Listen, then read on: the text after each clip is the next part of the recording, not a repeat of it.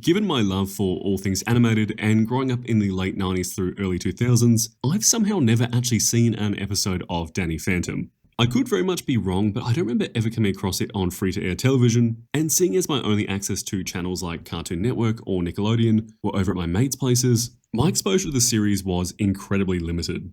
What I'm trying to say is this watch-through and this video are well past overdue. So join me as we rank and review every episode of Danny Phantom. We'll be covering the episodes as they aired, then at the end I'll be ranking them from worst to best, stopping in between each season to rank them individually as well. And joining me today will be a couple of friends of the channel who've actually seen the series before. Also thank you to LS Mark, whose format I am very much borrowing for this one. So let's get started with Season 1, Episode 1, Mystery Meat. We are straight into things, being introduced to Danny's dad Jack and his mum Maddie, along with his two mates Sam and Tucker. Danny immediately jumping into action when these two ghosts come out of a portal. Danny pretty quickly fending them off. Mr. Fenton having that very classic early 2000s Butch Hartman character charm. And we get the whole premise of the show explained to us in the form of the intro song. Super succinct, again I've heard snippets of it, but never actually listened to it the whole way through. I love the way the series just really throws us straight into things, with the inciting incident of the series already having happened. I'll probably get less descriptive as things go on, but it feels fitting we go over a few more details for the pilot. Things pick up with Danny's parents creating the Fenton Finder that's about to lead them right to Danny. Thankfully, they think it's busted, rather than assuming their son's been turned into a ghost. They're ghost hunters, by the way, I don't know if I've established that enough. Danny almost comes clean to them, but before he can, his sister Jasmine chimes in, interrupting him. I love the way that both of his parents are immediately suspicious that she's the one that's a ghost. Sam is immediately charming, as are Danny's new powers going a bit haywire. Same with Tucker, he's not going haywire, he's just also charming. Now getting into the plot of the episode, after Sam convinces the school to change up their lunch menu, a ghost lunch lady steps out of the portal and heads right over to the school. It's at this point I'd like to make note of just how good this show looks, especially the backgrounds. Danny's got the to-be-expected jock high school bully who squares up to Danny over the menu change. In the midst of all of this, Danny and his mate spot the ghost, who's not all too happy with Sam. And we get our first going ghost, which I'm assuming is the equivalent of Ben 10's going hero. I'm sure I'm not the only one, but I really like the look of Danny's ghost form. The simple inverted colours are good and all, but I love the legs getting swapped out for the tail as he flies about the place. Also neat that in a pinch Danny can make others intangible. I'm keen to see how his powers develop the more things he tries out. The lunch lady ends up creating a meat suit and Danny's powers go on the fritz. A nice little unintentional pun there for any viewers in South Australia. For those of you who aren't, fritz is a type of meat. Back to it, the lunch lady is trying to get Sam to stop being a vegetarian. I'm really liking the music in this series. Every time the action kicks off, it's just fantastic. And another new power for Danny separating out his torso, and we get the return of the meat suit. Already, I don't know why I'm feeling so much nostalgia for a show I've never actually seen. I think maybe it's just that sort of era of television, especially growing up with the Fairly Odd Parents. With Danny collapsing, Tucker and Sam have to take him home. His parents still convinced that Jasmine's a ghost, while Danny definitely isn't. The next day rolls around and Tucker's got everyone back on the meat bandwagon. Maybe not, Sam's also got a horde of vegetarians together. The lunch lady returns, and with so much all in one place, she's got a lot more meat to make a suit from. The bit with Jasmine and their parents keeps going. I'm finding it really charming. I hope this keeps up throughout the series. We then get a very fun extended fight sequence between Danny and the lunch lady, ending with Danny using his parents' invention to capture her. Overall, a really great first episode. I love series that kick things off with the status quo already being sorted. I'm really keen to see where it goes from here. Now getting into Episode 2, Parental Bonding. Mr. Fenton's fishing for ghosts through the portal, leaving the line with Danny, leading to Danny reeling in a dragon ghost. Turns out that's not a dragon ghost, but a girl who wants to go to prom or something. Coincidentally, the school's big dance is coming up. Sam seeing Danny and Tucker drooling over Paulina. Danny going over to talk to her, and we get what is presumably the beginning of a love triangle between Danny, Paulina, and Sam. Maybe Square, the quarterback bully Dash, is also keen on Paulina. Oh, and Danny learns how to possess people. Paulina ending up with the golden amulet that Ghost Dragon Girl was wearing earlier. Danny saying it belongs to his family, and it's definitely not the MacGuffin of the episode. From here, Danny possesses his dad for a parent-teacher meeting, this leading to Mr. Fenton, or Jack, becoming chaperone for the upcoming dance. Turns out Paulina's amulet turns her into that dragon from earlier, leading to Danny going for a second round against the Dragon Ghost. And as soon as Danny knocks the amulet off the dragon, Paulina goes back to human, though nobody sees it. I have to say, the humour in the show is really getting to me. Turns out Sam actually really does care about going to the dance, so Danny possesses Tucker and gets him to take her as friends. It's really cute, actually. At the dance, Danny's trying to get the amulet off of Paulina, making up an excuse that it's actually Sam's, which causes more stress because turns out anyone wearing the amulet goes dragon mode under intense emotions, including anger, jealousy, stress, or whatever. Sam having a really nice, emotionally intelligent chat with Paulina, saying how Danny's not her boyfriend, just her best friend. And Paulina discards the necklace, saying she only took it and Danny to get one up on Sam, which results in Sam going dragon mode now, and we get Danny fighting the dragon for a third time. Again, this series has really great action, much better than I expected going into this, and Danny uses another one of his parents' ghost hunting tools to save the day. We end the episode with Sam and Danny having a little dance together, and the ghost girl from the start of the episode wanting to dance with Tucker. Now getting into episode 3, One of a Kind. Picking up mid-fight between Danny and the box ghost, Tucker and Sam coming in to capture him, at least for a moment before they end up releasing every ghost they've captured. Although this ghost, who I do recognise for some reason, has his eye on Danny, wanting to put him in a cage. I'm assuming he's at least a semi-staple of the series. Anyway, his name's Skulker, and he seems like a bit of a Kraven the Hunter type, calling himself the world's greatest predator. Going forward, Sam's watching this white gorilla Samson at the zoo and brings Danny and Tucker along. Samson actually ending up coming to blows with Skulker, and he has a pretty good go of things, accidentally tossing Skulker at Danny before then coming in and fending him off. I really like Samson. Danny not realising exactly what just happened and pops Samson back in his enclosure.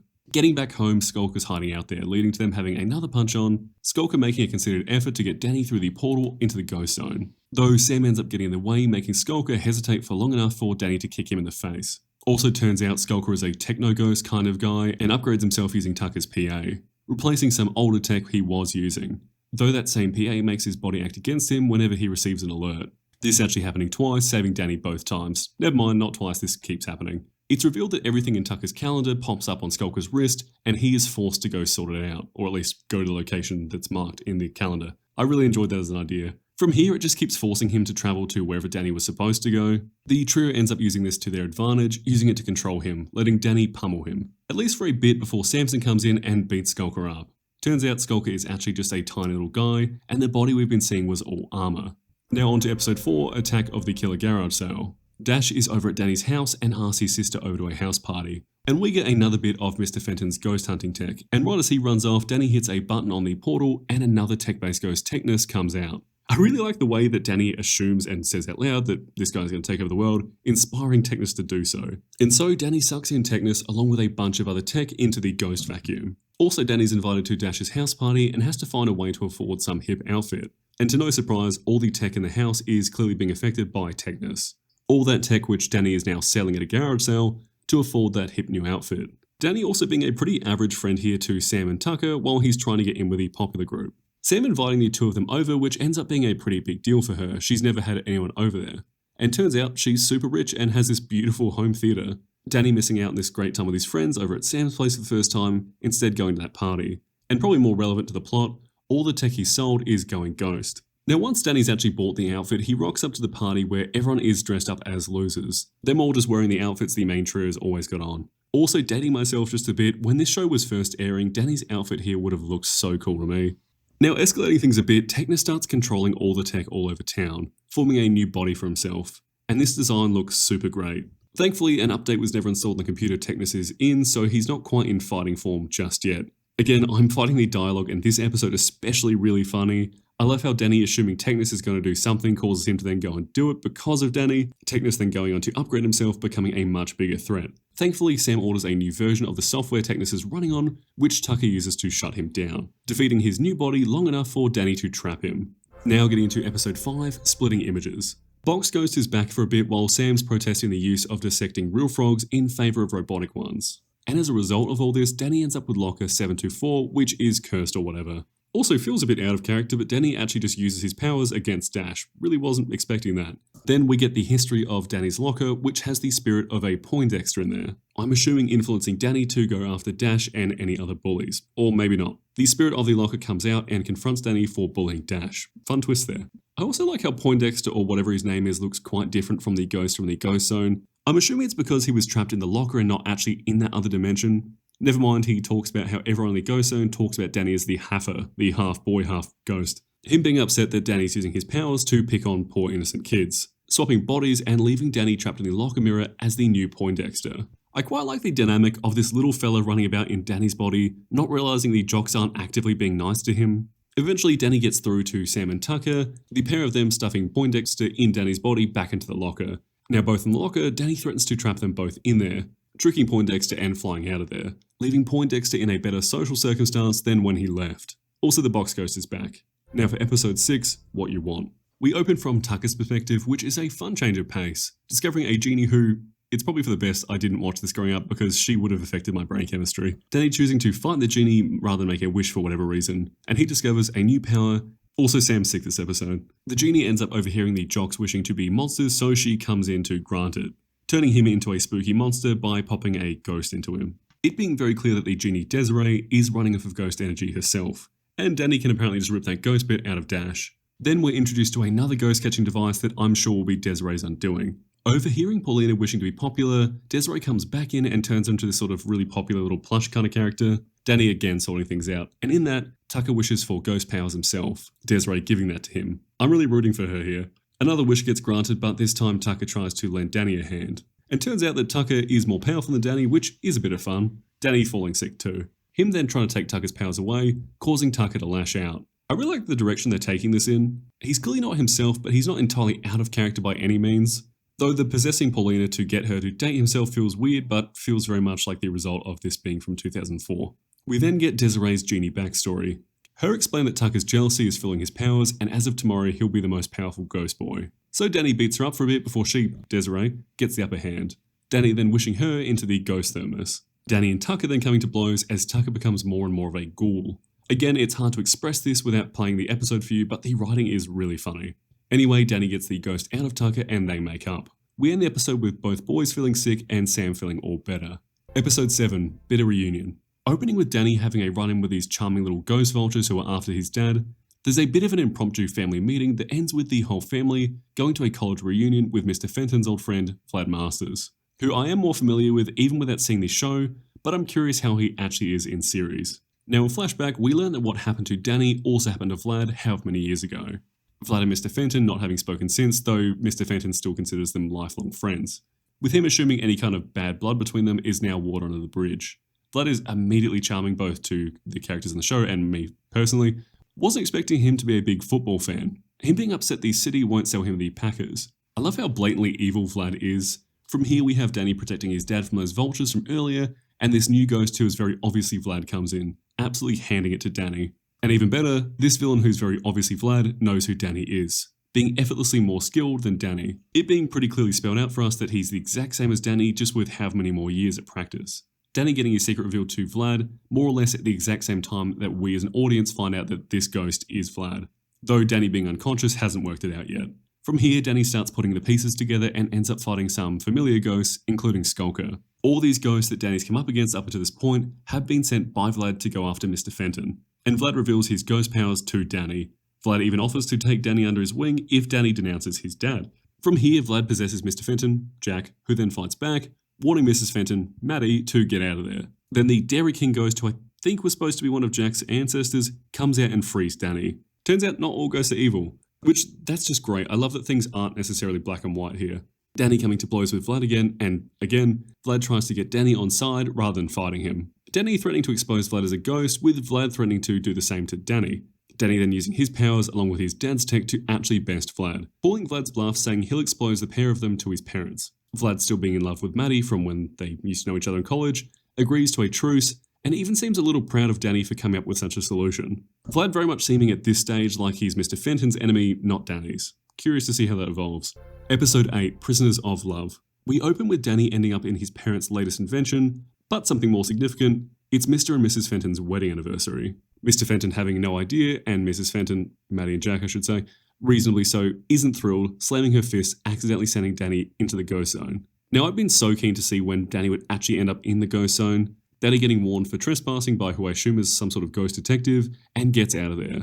I don't know if I've mentioned it yet, but these title cards are so charming, I miss seeing these in cartoons. Mrs. Fenton taking off, seemingly thinking of ending the marriage. Mr. Fenton going right after her to make a proper apology. And Danny and his sister starting to grapple with the idea that their parents may end up splitting, dealing with it in their own ways. Jasmine realizing she's wrong for the first time in her life, and Danny cleaning everything up a bit. And in that cleaning up, Danny accidentally sends their anniversary gift through the ghost zone.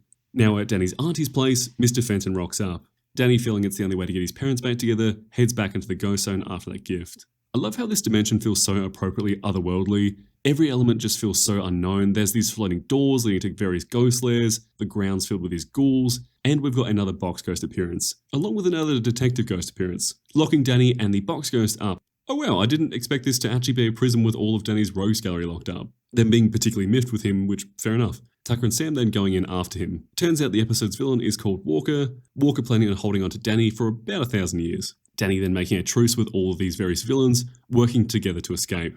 Pretty cool to see all these villains fighting alongside Danny, I really like that. Tucker and Sam briefly running into trouble with that dragon ghost girl, the pair of them then arriving on this scene where Walker's captured Danny.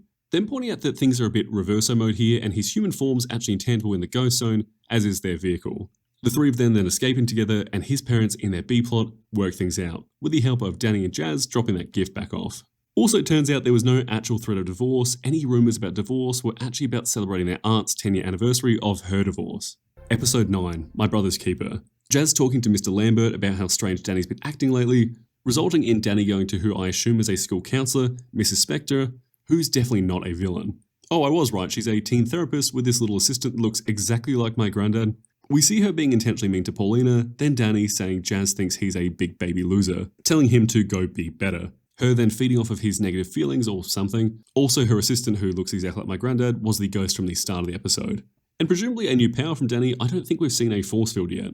Jazz then tries to warn Danny about ghosts, him playing dumb. I will say I really hope he opens up to her sooner or later. Jazz being properly concerned about Danny pays Tucker and Sam to tell her what's going on with him. Mrs. Spector getting another session in with Danny. Turns out she's really been getting to all the students. Around that, and really impressive for a 2004 cartoon, it's nice that Danny's actively talking about his mental health openly with his mates, expressing that he's going through depression. That's probably more normalised now, but I didn't see much of that growing up in 2004. Things progress with Jazz seeing Danny go ghost. Danny's struggling with his mental health more and more from here. His sister telling him just how much she cares about him, one because she wants to know more about him being a ghost, and two because she really does genuinely care. It's quite beautiful actually. And probably more relevant to the action, the trio is onto Spectra.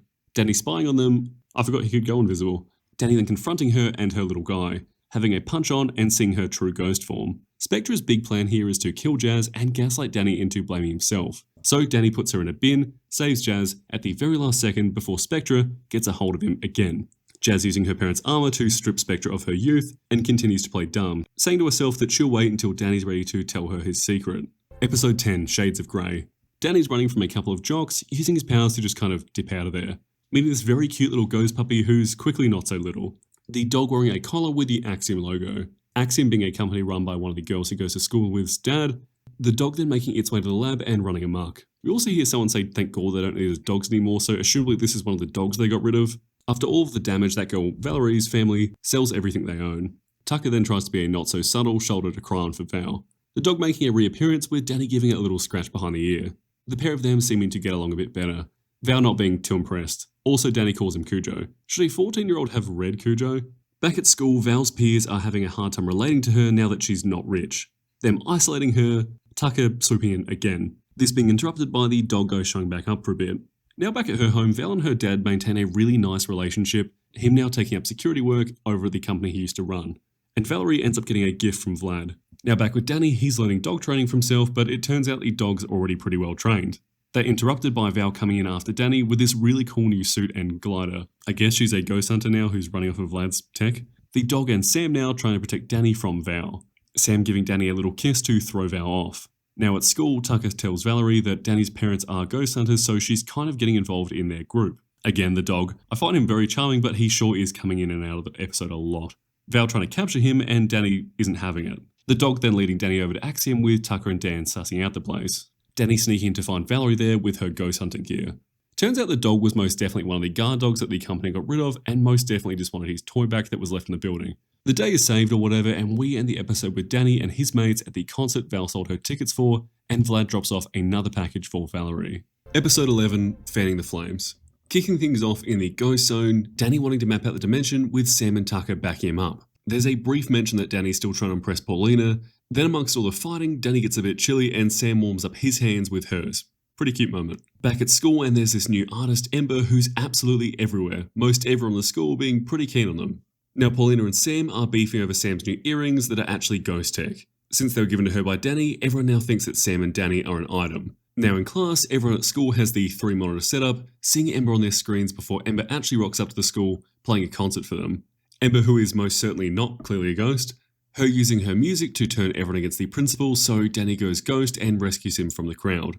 And by the time he does, Ember's vanished. Now Tucker, along with everyone else other than Sam and Danny, are completely under Ember's spell. And as such, Sam and Danny use the monitor setup on Tucker to undo his brainwashing. And we get this cute little moment between Danny and Sam talking about why they're unaffected. And another cute moment with Sam and Danny flying over town. I'm really rooting for their relationship. I'm not really much of a shipper, but it's being built up really nicely. Arriving at her concert, Danny starts fighting with Ember. Problem is, she gets stronger the more people chant her name. Pretty clever way for a ghost with that kind of ability to go about getting stronger. And with her powers getting stronger, she plays a love song, making Danny head over heels for Sam. This nearly resulting in Sam falling off a building, but is rescued by the principal, who's now leading the police force. All the kids in town being so Ember obsessed that they get locked away, including Jazz and Danny. I say that, everyone's still sneaking out of their parents' houses that they're locked down in to see her. Meanwhile, Sam sneaks out to see Danny. Sam trying to get Danny's head on straight, then realizing the earpiece Sam has been protecting her this whole time. The pair of them then remembering that Tucker's been trapped in the deprogramming chair for about 12 hours now. The 3 of them going after Ember, Tucker trying to sabotage all the concert's tech. And as a way to finally snap Danny out of it, Sam kisses the jock I keep forgetting the name of, totally breaking his heart. Them having a brief chat about this, Sam even saying there's a part of her who really liked him loving her, and Danny is pretty reasonably upset, though again, really positively communicates how he feels like he had his heart ripped out. But he's got someone to take that out on. And we get our third act fight ending with Tucker singing to the crowd, breaking Ember's spell, weakening her enough for Danny to take her out. Also fun little detail, as Ember's depowered, her ponytail fades. Nice little detail there. I like the more powerful she had become, the more exaggerated it became. Episode 12, Teacher of the Year. We open in what is a very nostalgic for me look at how the early 2000s depicted video games. Danny using this new ghost hunting helmet to play through this shooter game, then tossing it, hitting the open button for the ghost zone, and once again releasing Technus. Curious to see what kind of body he builds for himself this time. Technus setting his sights on the video game world and deciding he'll go in there. That is before the monitor gets broken and Technus takes off. The next night, Danny's flying about the place looking for him, and as you'd expect, he's building a new body based on the in-game villain Chaos from before. Tucker, or more so Danny, showing a little early 2000s sort of girls can't play video games and tells Sam she's no help more or less. Danny then surprising himself with a force field, even though he's done that before. Danny telling Technus he's got the power but none of Chaos's powers, inspiring Technus to go and get them for himself, sneaking into Danny's earpiece. Through that, entering the game with a spiffy new look. The B-plot for this one following Danny flunking school since he's staying up late playing video games and neglecting his studies. Now back in the game, Technus is unrecognisable to Tucker, then befriending one another, sort of. Technus quickly working out he's got some abilities in there that others don't. On the B-plot for a minute, Mr. Lancer is trying to help Danny out, having an at-home parent-teacher interview. On the other hand, Technus is now planning to use the game to spread his influence across the world.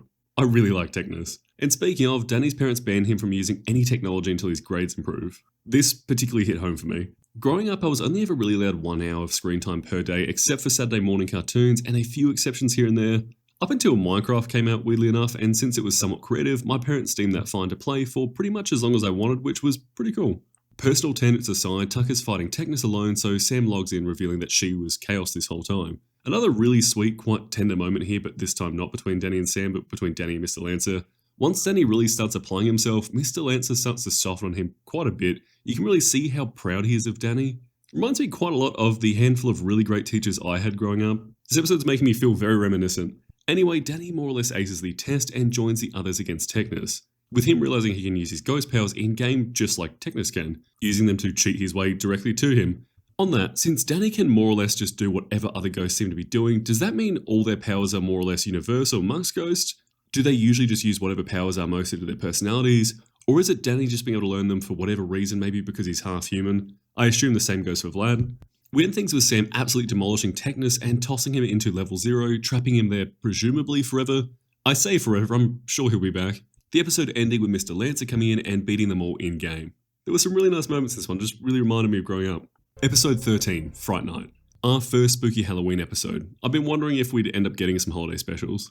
I've always absolutely loved Halloween and Christmas episodes of cartoons. Bob's Burgers does a Halloween very well. Anyway, Danny's fighting what I'm assuming is a ghost eel, while the rest of the school is decorating for Halloween. Mr. Lancer trying to decorate this school better than the teacher who did it last year and assigns it to Danny and the jock to make some haunted house rooms. Back home, Danny's brainstorming ideas, ending with Sam pitching they should get Fright Night, this spooky mythical figure.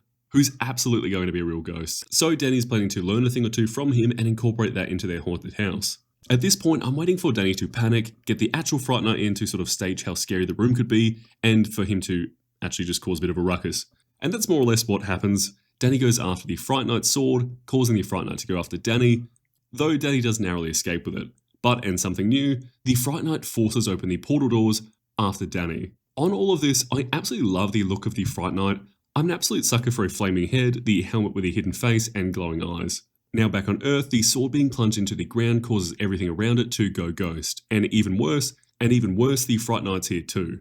Again, hard to convey this without you actively watching too, but the dialogue and timing in this show is quite funny. It's exactly the humour I enjoyed so much growing up with the Fairly Odd Parents. We then get a fun showdown between Danny and the Fright Night, where we get to see what the sword actually does. If you're hit by it, you get sent to a dimension where you live out your worst fears. And amongst all the fighting, Sam works out that you defeat the guy by sticking his sword back in a pumpkin. And am I silly or maybe misreading the situation, but is Danny feeling like he's getting stronger? I don't know if I'm seeing something that isn't there, but Fright Night seems way stronger than most ghosts so far, and Danny's more than holding his own, even getting the sword back himself, popping in a pumpkin with the night and all things spooky being sucked back into the ghost zone. Returning Mr. Lancer from the sword dimension, who lets Danny know he won. And in a really nice moment, Danny admits he cheated in the competition, but Lancer doesn't really care, he's just happy he got a scary room, at least for a bit. Danny ending up in detention where he has to eat undies or something. I'd forgotten that was the stakes at the start of this episode, so I never really mentioned it. Episode 13. Crazy that this wasn't episode 13, but that amuses me. Danny's fighting yet another underwater ghost animal in the cold open. Sam's about to get eaten by a wolf ghost, but Danny makes it just in time. Danny really feels like he can't catch a break and reckons there's way more ghosts than usual. I'm assuming it's because it's probably Friday the 13th. Never mind, Danny's dad is just playing with the portal button, and a huge lineup of ghosts are waiting on the other side of the ghost portal to get through. But there's these two ghosts on a motorbike in particular who are trying to make their way through. One of them unable to hold her form outside of the ghost zone, needing to channel her consciousness through her clothes. Her name being Kitty, and Kitty getting her boyfriend Johnny to get someone else to wear them so that she can then possess that person. Johnny immediately spotting Jazz. Also important to note, Johnny has this pet shadow. Or maybe it's his shadow, I don't quite know. Either way, it attacks Danny, freeing all of the ghosts he had already just cleaned up. I don't know how relevant it'll be to the plot, but Tucker's been having a really hard time socially and blames it on his interest in tech. He then walks underneath a ladder into a jock's fist. Them calling him Bad Luck Tuck, him then leaning back into a truck that the shadow sends flying down a hill, nearly killing the small child, and this little 2-second moment made me laugh way harder than it should have. Jazz getting rescued from all of this by Johnny, and Jazz pops on a piece of his girlfriend Kitty's clothing. Oh, and Johnny's name is Johnny 13 because he's so unlucky. Danny coming to blows with the shadow again, while Johnny gives Jazz more and more clothing. Once again, a really fun fight scene. They somehow managed to make every ghost feel so distinct from one another with how they use their powers and their physicality more generally. Now disapproving of his sister's relationship, Danny's turning into his parents and Tucker's turning into Sam. Johnny about to pop a ring on Jazz's finger before he's interrupted by Danny, knocking the jacket off of Jazz, who comes to her senses a bit. And just for a brief moment, it looks like Johnny's actually won, fully getting Jazz dressed up, swapping her spot with Kitty's and looking like he's crushed Danny under a metal cupboard. Thankfully he didn't, and Danny comes in saving Jazz and taking off with the ring. Back to Sam and Bad Luck Tuck, all this styling was Sam's way of convincing Tucker to be true to himself. The way Johnny and that shadow are after Danny is so different from other ghosts. They're the first ones that seem like they actually have it out for him and really genuinely dislike him as opposed to him just sort of being in their way. On that, the shadow gets exposed to some lights, ridding Johnny of his powers before Danny gets him and that ghost thermos. Episode 15, Public Enemies. We open with most every prisoner from the Ghost Zone prison being rounded up by Walker. I say most every because there's still one more out there. And Walker sending out this werewolf, turns out his name's Wolf, out after presumably Danny. Wolf swiping a hole through reality for a moment before Walker shocks him out of doing so. So I guess we have this super powerful ghost capable of ripping through reality, under Walker's control now. Really like the look of this wolf character. I'm a sucker for werewolves in cartoons. I love Warwick, I love the Yen Eldushi from Ben 10. I love the werewolf in Soul Eater, I'm sure there's many more. Following this, all the guards flood the real world, them even making the actual news. We also meet Principal Ishiyama. I think I'd previously said Mr. Lancer was the principal. Maybe Mrs. Ishiyama's been in previous episodes, but I don't remember seeing her. Anyway, Wolf makes it to the school, going after Danny. Walker's also got this pirate fishman looking ghost too. Walker along with his guards and Wolf going around possessing all these students. This really feeling like quite the event. Surely Vlad's going to get involved in some capacity. Never mind, Danny's parents are here and they shoot Wolf off of Danny. Wolf clearly not being entirely on the prison side, him taking the first opportunity to get out of there. Wolf clearly not at all being that keen on going after Danny. I wonder if he'll end up being on Danny's side in some way. As a result of the attack, the Fentons created an after-school ghost hunting club, which is a bit of fun. And I guess the schools employed them to look after these students, though they might also be doing that voluntarily. Turns out the shield the Fentons put up around the school isn't so effective, and Wolf just drills right through it, then heads towards Danny before getting shocked by Walker's, I guess, assistant, Danny rescuing Wolf from him, enemy of my enemy or whatever, Danny then rescuing Wolf from his parents, and stowing him away in the attic. Also, Tucker can understand Wolf, them both speaking Esperanto. Danny making his way to school, only to be ambushed by Walker and his guards again. Really great villains this episode. I don't know if you'd necessarily call Wolf a villain at this point, but him and Walker are a really fun pairing. Danny then fighting all the Ghost Up students, then ending up at home, putting up the Ghost Shield. Walker saying they can't get in, but Danny also can't get out, meaning they can surround the place. But since we've seen Wolf get in and out without too much effort, surely he won't be too worried. Maybe Danny can even copy him. Maybe not. Walker activates his collar, leaving it on until Tucker overrides it, freeing him. Wolf taking the opportunity to get out of there. Walker then taking over the rest of the town, turning them all against Danny. And Danny now has to fight against his own parents. I really enjoy how totally incompetent Jack is while Maddie is very competent. Thankfully, Wolf does get involved, lending a hand. Though Walker does manage to frame Danny, making it look like he's attacked the mayor, before Wolf rips him out of there, then sacrifices himself, sort of, sending himself and Walker back to the Ghost Zone together. Interesting that we end the episode with a bit of a change to the status quo, the whole town now seeing Ghost Danny as a villain. Episode 16, Lucky in Love. The trio are at the water park, Jazz being particularly sun-smart. That shadow makes a reappearance, so Danny goes blow to blow with it again. And again, it's absolutely out for blood, though that's pretty short-lived, Danny flushing it down a drain. Oh, and Paulina finds out Danny's secret going after him. Sam and Tucker not being so eager on her. And I'm honestly not really liking Paulina. Maybe it's just that I'm rooting for Sam and Danny, but I just don't love her character. Danny's stressing out over Paulina knowing his secret. Anyway, Shadow's back and Danny pops his ghost laser through a magnifying glass, which is very effective. Good to know. Surely if you could do this and it is that effective, he'd start wearing gloves with magnifying glass on them or something. Then again, I don't think he can change his outfit. I think he's just stuck like that. Also, Paulina decides Danny's her boyfriend now and announces it to everyone. Sam and myself not being also thrilled by this. Nor is this one other blonde student. Danny's considered pretty cool now, meaning that one of the other jocks, Kwan, who's more or less pretty nice, is now part of the friendship trio with Sam and Tucker taking Danny's place. I found this very fun. He seems like he really genuinely likes them. Tucker ending up on a date with another popular girl star, while Sam hangs out with friends with Kwan. It turns out Paulina was actually possessed by Kitty, Johnny's girlfriend. I don't know how though, Paulina wasn't wearing any of her outfit. I guess maybe she's gotten stronger, or at least she can leave the ghost zone. The Shadow and Johnny now back after Danny. Really wasn't expecting this character to be the focus of another episode so quickly after their introduction. By no means am I meaning to discredit Danny here, but why is Kitty interested in him in the first place? They hadn't really interacted at all before this. Also, Johnny can go back and forth between dimensions now.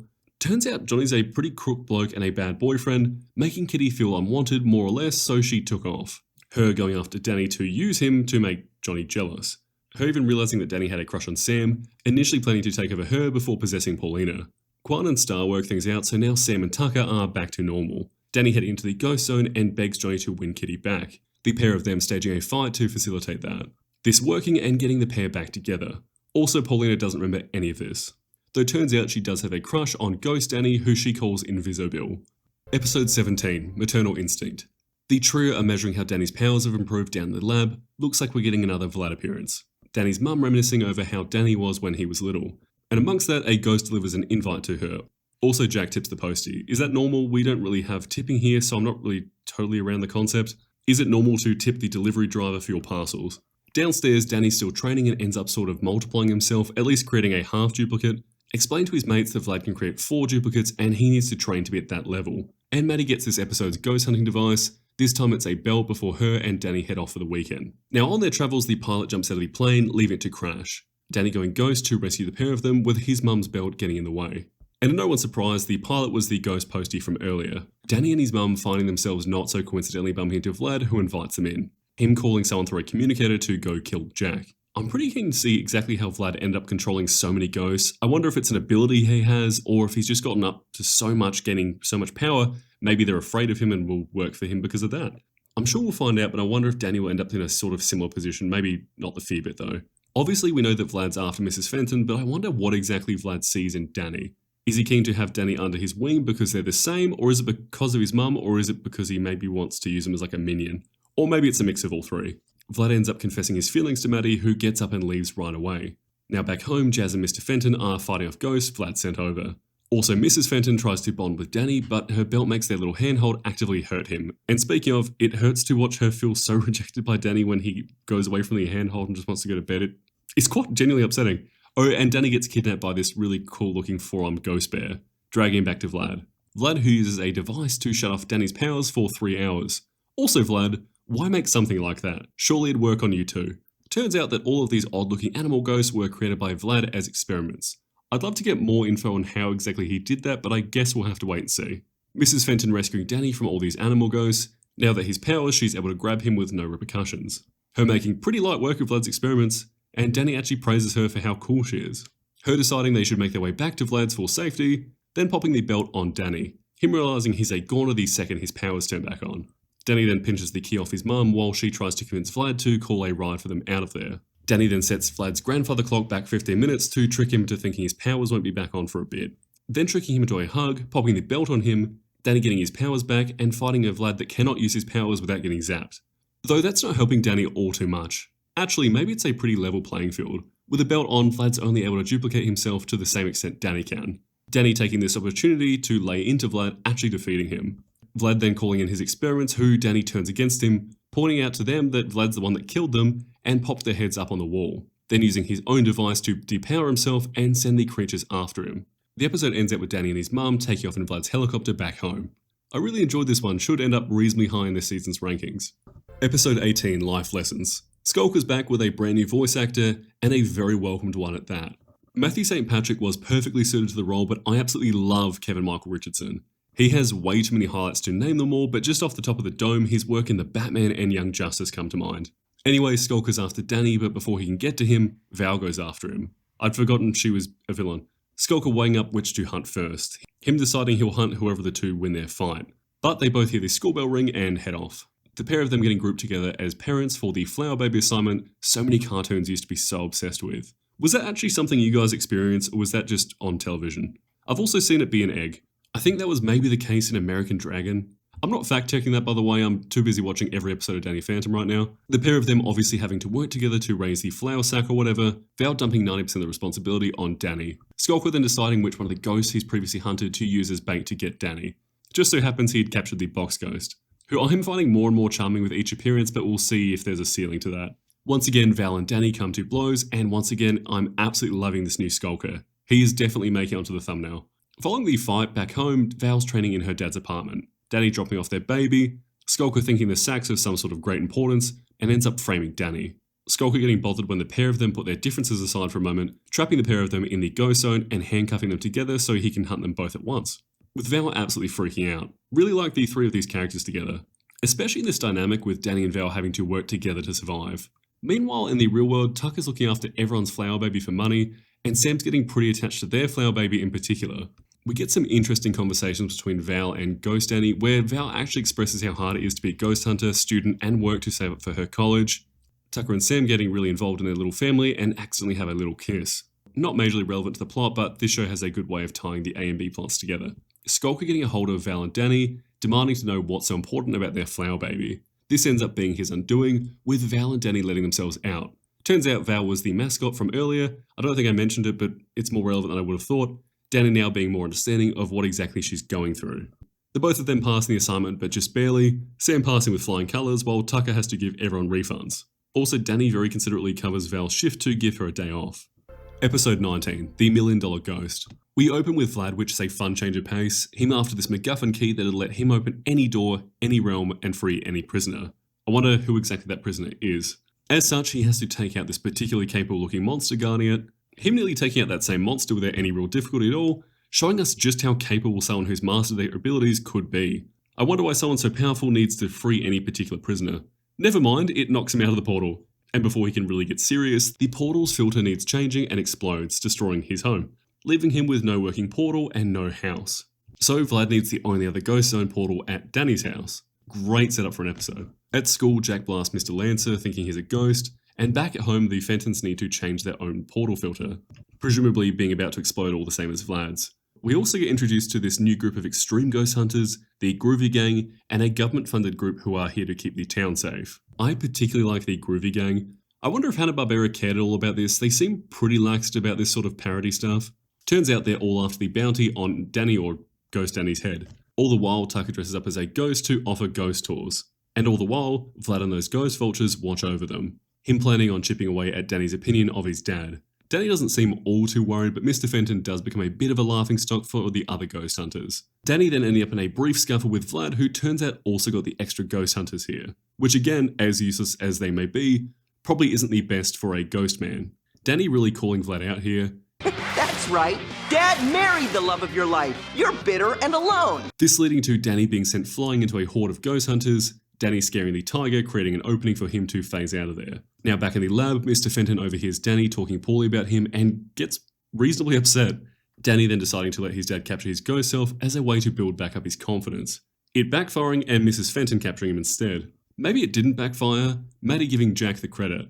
Vlad then comes in to get in the way, trapping the pair of them there so he can head to the portal. Also, Vlad literally says he'll turn the Fenton portal into a Plasma's portal, which Vlad goes by when he's in his ghost mode.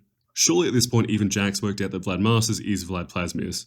Outside the portal, Mrs. Fenton and Jazz get trapped in their weapons vault, Ghost Danny and Jack working together to stop Vlad. Though before they can, the other ghost hunters get in their way a bit. Danny fending them off for a while, with Mr. Fenton going off to stop Vlad. And in the midst of all this, Jack actually does a really great job, taking out the vultures without much trouble at all. With his family now at risk, he's actually deadly serious about this, literally wiping the floor with Vlad. The episode ends with Danny taking the chance to take out the filter at the last possible second. This one will also be placing pretty highly, I reckon, particularly for the third act. The episode ending proper with Vlad getting the key he started the episode looking for moments before being eaten by that monster from earlier. Maybe I read the situation totally wrong before. Now getting into the season finale with episode 20, Control Freaks. Now I actually have heard of this episode before, but know literally nothing about it beyond the title. I assume that means it's probably going to be pretty good. We open with Danny stopping this band of bank robbing ghosts, each of them very much having their own shtick going on. The standout one having their tattoos come to life, that's a fun ability. I'm calling it now based on the fact that there's a little one, a big one, and one covered in tattoos. Also one can stretch, but I'm not too sure how that all fits in. I'm making the call that they're all circus freak performers, or circus freaks, which I'm assuming that has to do with control freaks. Also, I've forgotten everyone in town is calling Danny Invisibill. Oh, I was right, we're introduced to Freak Show, the ghost ring mastermind. Him trying to take control over people on an ad through the TV, though this only affects Danny. Tucker once again dressing up like Sam, Danny once again going after the 4 ghosts from earlier. Danny ends up with Sam at the Gothica Circus, which is run by Freak Show. Also, Freak Show looks exactly like an evil future Greg Heffley, him introducing us to more of his circus performers. Then controlling Danny further, getting him and Sam caught. Turns out all of these circus performers were ghosts from earlier, and it also turns out that evil Greg Heffley's a human who can control ghosts, so I guess that's why it only affected Danny earlier. I was also wondering why Danny couldn't sense a ghost around earlier, but I guess he's not a ghost. Still under his control, Danny runs a muck around school. Greg Heffley then gets Danny in as a performer, disguising him as the Grim Reaper. Danny having to fight this internal battle between his actual nature when he sees Sam and Greg Heffley's influence. Sam also plummeting to the ground off of a high wire before being rescued by Danny, who keeps going in and out of his trance. Danny now joining the others as a bank robber, though he seems maybe higher up the ranks than the other, maybe because he's stronger. Back at the circus, and they're all terrorizing the audience who have all been trapped in there. Sam and Tucker taking it in on themselves to save Danny and the others. I'm waiting for a sort of remember who you are moment here. Literally seconds after I say that, Danny breaks free for just a moment.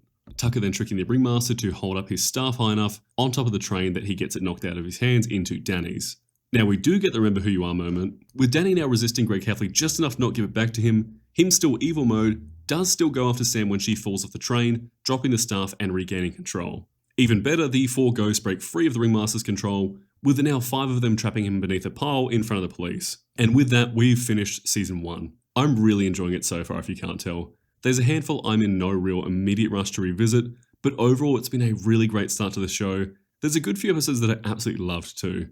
So getting into our season 1 rankings, we've got Lucky in Love, 13, Shades of Grey, Splitting Images, Mystery Meat, Control Freaks, Prisoners of Love, Teacher of the Year, My Brother's Keeper, Faming the Flames, Attack of the Killer Garage Sale, Life Lessons, Maternal Instinct, The $1 Million Ghost, Public Enemies, Fright Night, One of a Kind, Parental Bonding, What You Want, and at number 1 for season 1, Bitter Reunion. If my voice sounds a bit different for season 2, I went to bed after recording season 1 and I've just woken up. Getting into season 2, starting with episode 1, Memory Blank. The trio are checking out what I imagine is the most regular sized American car out there, the Ginormo 600. I say as if I don't own an oversized Australian four-wheel drive. Sam asking Danny to use his powers to scare people and trash them since they're so bad for the environment. And we get a flashback to Danny's accident with the ghost portal. Turns out Sam's encouragement led to the accident in the first place. Fun to see the suit he wore that he now gets the inverse version of whenever he goes ghost. Shame it didn't keep his dad's face on there. Sam storming off wishing someone would destroy those trucks, and we have the very welcomed return of Desiree. Her bringing this colossal cow statue to life. Following that, Sam's gotten the three of them tickets to this new Monster Mash film, Paulina spoiling their fun, Sam's at least, by inviting them all over to her party. It just so happens her party's happening the same night as this upcoming Meteor show and the film. Not learning her lesson, Sam sort of arguably makes another wish, saying she wouldn't wish anything bad happens to Paulina. Certainly a creative way to interpret a wish on Desiree's part. On that, what limits does she have? Is she an actual ghost genie and she has genie rules, or are they kind of self-appointed? What wishes can't she grant? Also, very selectively, she isn't granting everyone's wishes in class, though she does instead grant the last one, manifesting those monsters from the film Sam's keen on watching to hunt down Paulina. So Danny fights the copyright-adjacent predator, with that monster telling Danny that Sam sent it. Which is not entirely wrong. Danny popping the anti-ghost belt on Sam and telling her to lay low for a while. Now the Terminator's running down Paulina, naturally her and Danny come to blows. I quite enjoy how she looks like the T-800 but has the T-1000's powers too. This movie monster even beating Danny before Sam takes her out. Danny choosing to blame Sam for all of this and about a third of the ghosts we've met so far instead of thanking her. But before he can apologise for his outburst, Desiree comes in looking a bit different in Danny's words. I think she's just taller. With Desiree explaining that she gets more powerful the more wishes she's granted. So I guess that's why she's choosing to follow up on so many of them. Or she just has to when she gets powerful anyway. And to throw a spanner in the works, Sam's just wished she'd never met Danny. Keen to see exactly how Desiree grants that. Once again, probably for the best I never watched this growing up because Desiree probably would have altered my brain chemistry. And speaking of, she affects the brain chemistry of Danny, wiping his memory of Sam. Certainly an interesting way to grant that wish. Now, is it that she can't rewrite what happened, or is it just her preference? Anyway, she's going around granting more wishes and growing larger and more powerful. Oh, it seems like she's wiped Danny's mind. He doesn't remember a thing, including ghosts and his powers. I suppose since Sam wasn't the catalyst for his accident, Sam trying to do everything she can to get him to remember. I was wrong. Desiree did rewrite history, but it didn't affect Sam because of that belt. She didn't actually just wipe Danny's memory. I quite like the way that Sam runs him through their history, his powers, and all of that, and he doesn't just have that moment of, oh yeah, I'm back to normal because reality's been rewritten. And while this is going on, that third movie monster rocks up, I guess Freddy Krueger. Sam taking this one out without too much difficulty.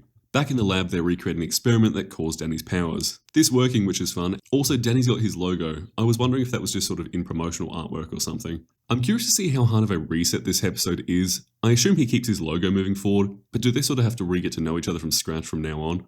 Perhaps more relevant to the action, does he have to completely relearn all his powers from season 1? I asked that, but I'll be the first to admit it was a lot of fun watching him relearn his powers from the basics again. Desiree's back, supercharged and giant from all the wishes she's been granting during the meteorite shower. Definitely would have affected my young mind. Danny having a go at stopping her, but she just keeps growing more powerful, granting wishes left, right and centre. Sam then wishing everything went back to normal more or less, Danny regaining his powers but keeping the new logo. Then Danny pops Desiree back in the thermos, her making a comment that she needs to stop granting all these wishes. Which leads me to ask another question, is she actively choosing to grant these wishes or not? I'm not normally an enormous fan of amnesia episodes, but this was a great way to start the new season. I say new, it's 20 years old now, but new to me. Moving on to Season 2, Episode 2, Doctor's Orders. We open on Danny rescuing this little guy from the mosquito ghost. I don't know how clear I've made it, but Paulina is absolutely head over heels for Invisible, or whatever she's calling Danny's ghost form. Very much a through line of most every episode now. And speaking of, that mosquito bites Paulina, then Jazz, then a few others I keep forgetting the names of. Quan and Star maybe. Danny running about the place thermosing all these swarms of them. Most all of them, one getting Sam and the other Dash. I guess these ghost mosquitoes burrow into the victims and turn them into ghouls, at least for a bit. That little guy from earlier turns out to be a teacher, him isolating the affected students. Then this spooky doctor comes in, taking them over to an equally spooky hospital. Not massively surprisingly, all of these students have some level of ghost powers, each really looking like they've got very good at one or maybe limited to one specific power each. I'm keen to see how different each one of them is from one another. Oh, that little guy is Spectra's assistant, that checks out. Spectra's here also, using the mosquitoes to take the best genetic bits from each student to build her new body. And Danny's the last sample she needs, but she ends up getting a sample from presumably his dad's handkerchief with his DNA on it. That little guy assistant turning into a new form which looks really great, and Spectra starts running about the place with her new completed body, leading to a fight between her and the students along with Danny. The Fenton DNA starts kicking in and causing Spectra's body to change a couple of times. The first resembling Mr. Fenton's rig, and the second looks kind of like the corrupted half of Zamasu from Dragon Ball Super. The day ends up being saved by Tucker, whose cologne gets all of the mosquitoes out of the students, letting Danny thermos them. A few elements of this one felt a bit disconnected, but overall I quite enjoyed this one. Season 2, Episode 3, Pirate Radio. The trio's stargazing is intercepted by a ghost pirate ship. I find their captain very fun, being this little kid ghost leading this group of what I assume to be adult ghouls. Seemingly unrelated, but I'm sure it'll tie in. There's this catchy song that keeps playing on the radio, and it sounds eerily familiar. I don't know if it was just in a previous episode or if I've just sort of come across it somewhere else, but before we can hear enough of it for me to work that out, Captain Youngblood comes back in. The rest of Danny's family go on a cruise for whatever reason. Turns out it's not just them, seemingly everyone's parents are off too. Not massively surprising, that cruise is actually the pirate ship. This leading to another confrontation with Youngblood, and it turns out this song has subliminal messaging in it. That's why it was so familiar. Ember's co-captain or whatever, and it's been her music this whole episode. I absolutely should have connected the dots there. I thought to myself, surely a popular song on the radio in this show would be her, but I didn't expect them to have her in a pirate-themed episode. Ember and Youngblood using all the adults as a power source. Not in a sort of spiritual, spooky sort of way, but in a running them on a treadmill sort of way. Danny and the others rallying the rest of the kids in town to lend a hand. Sam's DJing abilities combating Ember's abilities on the ghost ship. Also worth noting, I think Ember's new design, more so the new outfit, works well. I think it's the big hat. Using all of the Fenton tech, the teens man an assault on the ghost ship. Ember ends up abandoning the ship while Youngblood stays back to fight off Danny. And while they're fighting, the parents escape, draining the ship of all of its power, leaving it to fall out of the sky, with everyone returning safely to the surface. Season 2, Episode 4. Cool, our first two-parter. I'd expected we'd have one eventually, but I thought it'd end up being a sort of season finale, if anything. Fittingly kicking things off with Vlad re-entering the Fright Night's castle. Turns out he used to belong to the Ghost King. The Ghost King who Vlad's about to get the powers of through wearing his ring and crown. Unfortunately for Vlad, the king is still alive and not so keen to part with his crown. I assume Vlad just didn't realise he was sealed in that sarcophagus. He thought he might be dead with the crown just sitting on his head. Anyway, great setup. The Ghost King making incredibly light work of Vlad, who isn't Vlad, just a copy. The real Vlad doing his absolute best to get out of there. So we've got a big bad who makes Vlad look like nothing. Vlad narrowly escaping with his life through the Fenton portal. And at school, Val, Sam, and Danny all independently end up hiding from others, ending up back at Danny's house together, stumbling across Vlad. Him and Val having a chat about her ghost hunting while Danny goes off to deal with the portal opening. With what feels like unending hordes of ghosts escaping all at once, being led by a few familiar faces. Turns out this is less an attack and more so they're just making a run from the Ghost King, though they do manage to find time to take out their frustrations on Danny while they're here.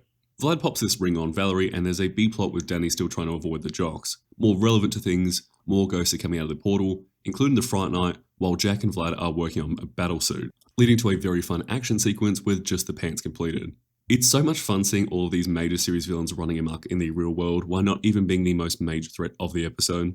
And speaking of major threats, Vlad's back, though he's not here for a fight, him angling to get Danny on board. But before he can explain that, they're attacked by the Fright Night and a horde of skeleton ghosts. Valerie lending a hand and we get another fun little 3v1. That is, until the Knight creates a domain expansion for the Ghost King, claiming the area. And we get into Rainstorm Part 2, being the first episode in my memory at least to start with the opening. Also the Fright Night takes out Valerie. Really liking the parallels between Danny and Vlad here, each of them being worried about Val in their own way, before then being worried about Danny's mum, seeing them in their ghost forms. The adults continue working on the power suit while Danny and the others weigh up telling Val Danny's secret. Danny then hunts down Skulker to tell them what's going on with that ring that Vlad gave to Valerie. Turns out all the runaway ghosts are more than happy to make a truce with Danny for their sakes. And we get the backstory for the Ghost King. It turns out he was already quite a big deal before he had the crown and ring, and it took a coven of super powerful ghosts to seal him away. Shame they're not still around. Danny then goes off to confront Vlad, who's not all too fast, not seeing Danny as any real measurable threat. Danny then proceeds to pull the Knight's sword out of the ground, acting as a signal, calling the Knight, his army, and the King to them. The King who then immediately one-shots both of them, reverting them back to their human forms. Then the Fentons pop up in their anti-ghost shield. I'm curious to see how this holds up against the King since we've seen a ghost like Wolf just drill straight through it. Valerie comes in only for every ghost in the area to gun for her ring, her narrowly escaping them but not without losing the ring. So I guess the already immeasurably strong ghost is even stronger now.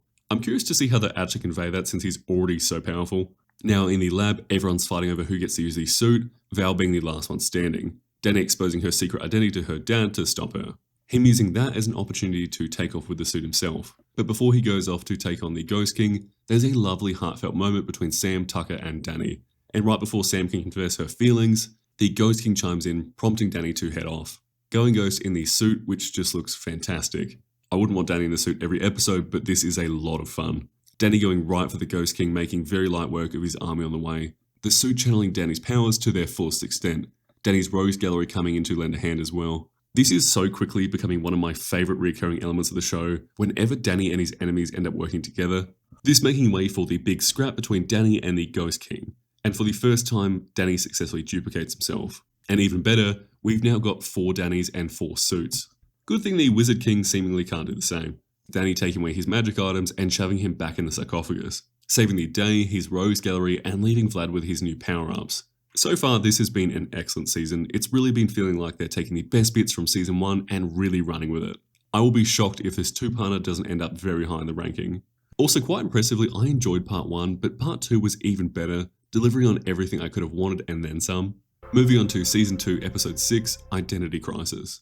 The gang's logging every ghost they've captured onto Danny's computer in preparation for their upcoming ghost-free weekend. Turns out Danny's a bit of a perv, and Tucker's even more so. To clear up some space on his PC, he goes to delete a copy of the game Doomed, releasing Technus from it. At least from the game, he's still in the computer. Danny trying to duplicate again to mixed results, giving Technus enough time to upload himself into Tucker's PA. I will say I've quite enjoyed everything Technus so far. He's got such a particular style of charm, and each body has been pretty interesting so far. There's also this really fun ongoing bit where he scribbles all over pictures of people in whatever device he finds himself in. Also, he's the Fenton's family car now. Technus then adding a whole bunch more to it, becoming Technus 2.0. I guess his video game self was more of a spin-off or a 1.5. Meanwhile, Danny has the idea to fly through the Ghost Dreamcatcher, which splits him in 2. Ghost Danny and Human Danny. I like these slight tweaks to each version's design. Hero Danny's hair constantly blowing in the wind, talking with a more artificially heroic tone, while Human Danny's become a slacker archetype with the Ben 10 mullet. I quite enjoy this copy trope when they're stripped of some aspects that make them them. The characters becoming so different without feeling totally removed from the original, even if they're just an aspect exaggerated. Batman the Brave and the Bold had a really good version of this. Also, as usual, the Technus dialogue is as funny as ever. We've got a fight between both Danny's, Mr. Fenton, and Technus at the fairground before Technus ends up being pushed into the ocean. Hero Danny deciding they need to fuse back together, possessing Slacker Danny for a bit before Tucker whacks them with the Ghost Catcher, switching things up for a bit. Now both human and identical other than their eye colour. And not so helpfully, a tow truck brings the family car back, which is also Technus. Technus, who merges with their family home, connecting to the city's power supply and all of their family's tech. Turns out both Dannys can go ghost now, though their overall power set seems to be divided between them. Oh wow, even outside of his new body, well, his robot body, Technus' actual body has had an upgrade. Though we only see it briefly before he gets thermosed. Season 2, Episode 7, The Fenton Menace. We open from Jazz's perspective, her reiterating she knows Danny's secret while they're driving about, Danny fighting some invisible force. Her saying to herself that she won't tell Danny she knows his secret unless his life depends on it. But before we get the payoff to this scene, we cut back to earlier. The family's still driving about, but now in a submarine. Danny feeling a little uneasy about approaching the now sunken ghost ship from a few episodes back. Since we're watching from more or less Jazz's perspective, or maybe Danny's just lost it, we don't see any of the ghosts that Danny can. Danny taking control of the submarine, destroying the ship, and getting out of there. I will say maybe Danny's hallucinating. Never mind, we see something invisible follow them out of the water. So we've got a ghost only Danny can see, the family running tests on him to work out what's going on. With Jazz keeping an eye on him over at school, Danny unable to go ghost in front of his sister to fight whoever's after him, apart from in the boys' bathroom. Danny's continued odd behaviour leads to their family road trip, always fun to see his parents in different outfits. Danny letting it slip to Jazz that there's a ghost and a parrot. One would assume that's Captain Youngblood and his ghost parrot. Oh great, I was right, he's now a cowboy and that parrot's a horse. So is he just a regular sort of child ghost playing dress up? I'm curious to see if he ends up being a firefighter, astronaut, or whatever kids used to dress up in the 2000s. Us then cutting to Danny's perspective of the opening with him fighting Youngblood. Turns out Youngblood's been messing with Danny as they wait to get his parents to send him to a mental hospital. Jazz trying to support her brother. Also, Danny uses his powers in his human form. Is that new or have I missed something? In an attempt to help, Jazz locks Danny in the car, activating the ghost shield to keep ghosts out while also actually trapping him in there.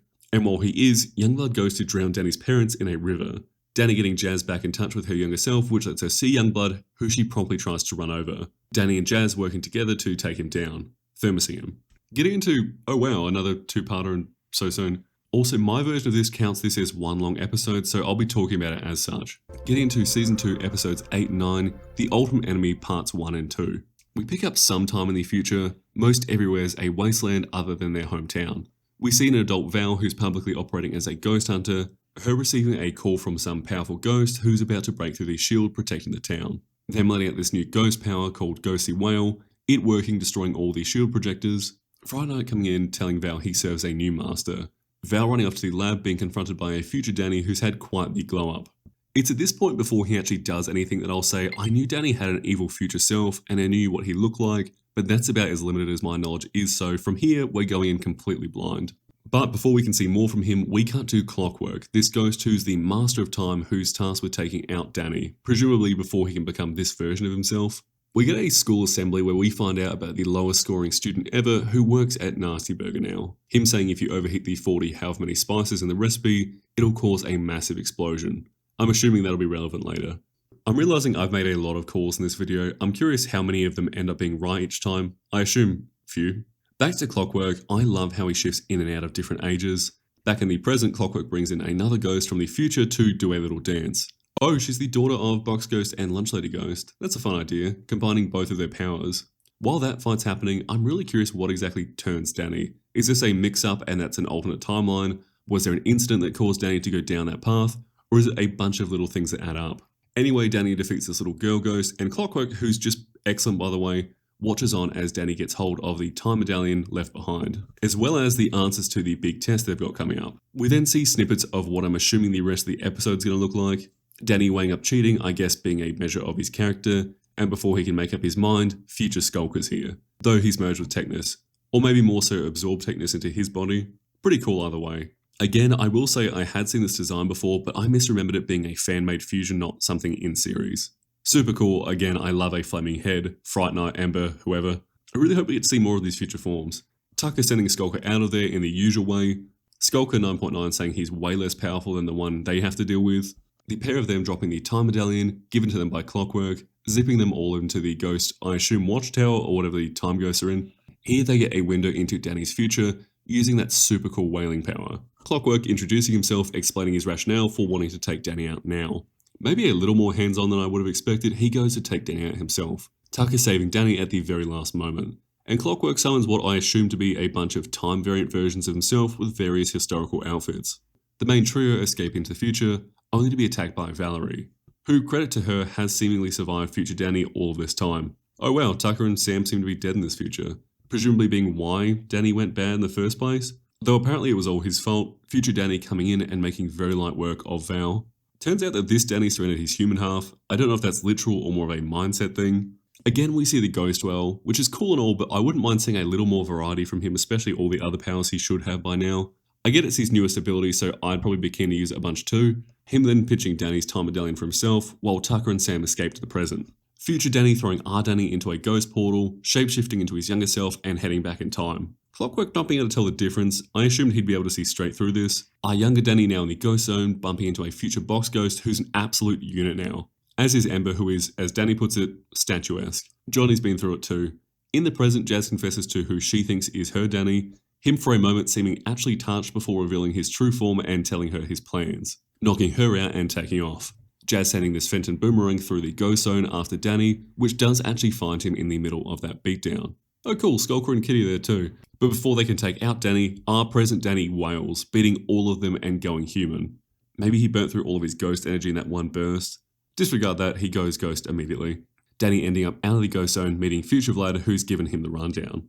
That future Danny, after losing his friends and family, went to Vlad, who tried to help him escape that pain. Him taking away his humanity, which immediately made him a villain, who ripped Vlad's ghost form out of him, fusing with it, allowing the evilness of his ghost form to take over Ghost Danny. And very fittingly, without his ghost form and after however many years, Vlad's changed for the better. Danny asking Vlad to take out his humanity to get access to the medallion that his future self stored in his chest. Vlad saying he could just kill Danny before he goes bad, and back in the present at the burger place, future Danny gets revealed by Jazz. Future Danny spilling the beans to his parents about Danny's identity now that he's out in the open. But before future Danny can take everyone out, our Danny comes in to save the day, assuring everyone that that won't be him. Danny then making use of his parents' tech, weakening future Danny with the belt, then wailing on him with his fists with the gauntlets. This isn't as effective as you might think. Danny then literally wailing, actually hurting his future self. Him being in shock since it took him 10 years to develop that, how could his present self have done that now? And with that, Danny thermoses his future self. Though he couldn't do it all, the burger place still explodes. But before it ruins everything, Clockwork comes in, freezing time, and saves its family. I really like Clockwork, and I sincerely loved this two-parter. I'm so glad I decided to make this video. Also, Clockwork takes Danny back to during the test before all this, where he can give the test results back and return everything to the status quo. We then end the episode with Clockwork holding onto the thermos containing evil Danny who's surely going to escape. Moving on to Season 2, Episode 10, The Fright Before Christmas. I was going to say the previous episodes will be a hard act to follow, but I love holiday specials. As does Sam with her absolutely in her element, she is loving the holiday season. Danny less so, he's a real Grinch. I assume it's because his dad believes in Santa while his mum doesn't, them both being very vocal about this. And Danny's had enough of it, so he goes to take his frustration out in the ghost zone, accidentally destroying this book written by a ghost. And when Danny finds out it was a book called The Fright Before Christmas, he doubles down saying he's glad he destroyed it. Anyway, the ghost traps Danny in the book he's writing, and from here everything rhymes, and I considered making this a rhyming part of the video, but I just simply don't have the talent to do so. So far I'm finding the rhyming very amusing, but we'll see how long that lasts. Turns out every year's been a rough Christmas for Danny, getting weed on by a dog, attacked by a ghost turkey, and presumably more. Next, and again, just a reminder, everything is still rhyming, Danny fighting a bunch of ghost reindeer.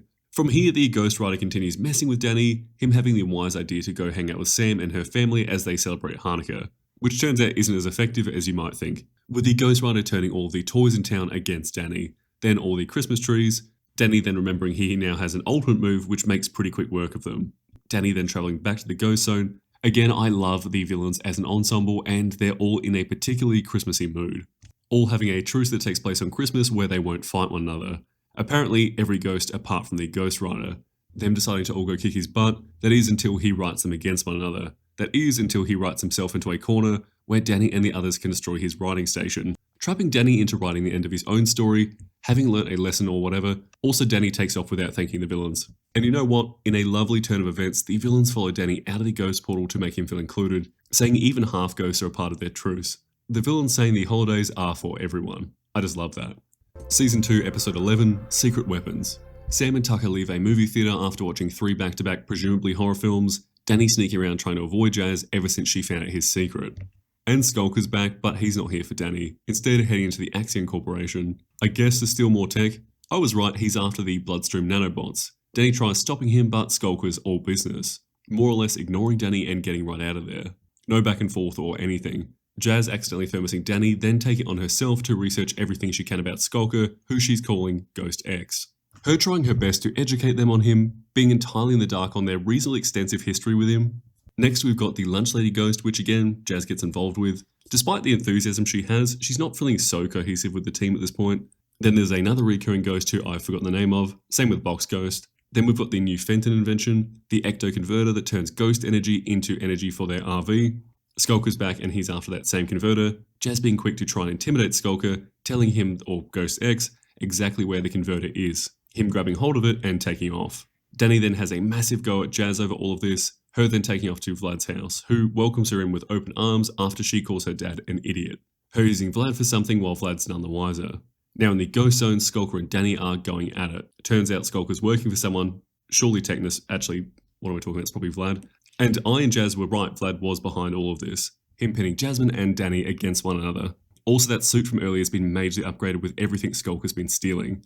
Jazz and Danny trying to escape, though to no massive surprise, Vlad's repaired the ghost shield but made it work on people too.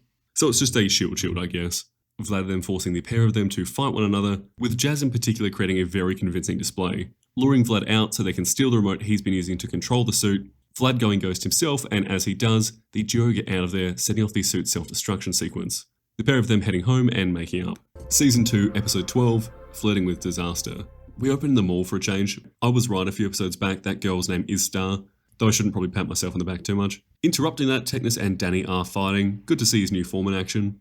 And when Danny's distracted, Technus takes the opportunity to possess Valerie's phone. Now over at the Axiom Corporation, the students are getting a tour of all this great cutting-edge technology, including a device connected to a computer stored up in space, which is really more of a satellite. A satellite so powerful it can control every other computer in the world. Valerie, or at least someone in her suit, coming in and trashing the place. Valerie coming in the second her imposter goes off screen. I'm assuming I probably just called the twist. Danny noticing that this ghost hunter doesn't seem like Val. From here, Techna starts using chat rooms to get an edge on both of them, Val and Danny clearly having a little something between them. And did we know that Valerie thought Danny was cute before her future self told us? Was there any hint of that, or is this just a result of that? Either way, they're having a great time going to what I imagine every American date looks like. Sam and Tucker realizing that Technus set the pair of them up, with Danny admitting he's also pretty keen on this, whether or not Technus set it up. Val overhearing just the part about Danny being keen on this. And on that, Sam doesn't seem remotely upset by this at all. Really feels like they've sort of just put aside her and Danny's feelings. Also turns out that Val's imposter is just her suit being piloted by Technus. I assumed it needed a person in it to take shape like that, but I guess not. Val then saving Danny from her own tech, Danny going ghost and getting right back in there. Valerie also absolutely tanks a blast from the ghost gun, and something very cool, once Danny realizes it's not Valerie, he stops holding back and rips that suit to shreds. What a great detail that this whole time Danny's been holding back. Though Valerie feels completely demoralized from this, also thinking that Ghost Danny thought it was her. This leading to Technus creating a new suit for Valerie, facilitating him heading up to the satellite, now being able to access every piece of technology on Earth. And while this is happening, Danny gets sidetracked by Valerie gunning for him, I guess, knocking her unconscious. For a second I thought he stopped her heart. Anyway, he leaves her floating there for a moment so he can rip Technus apart.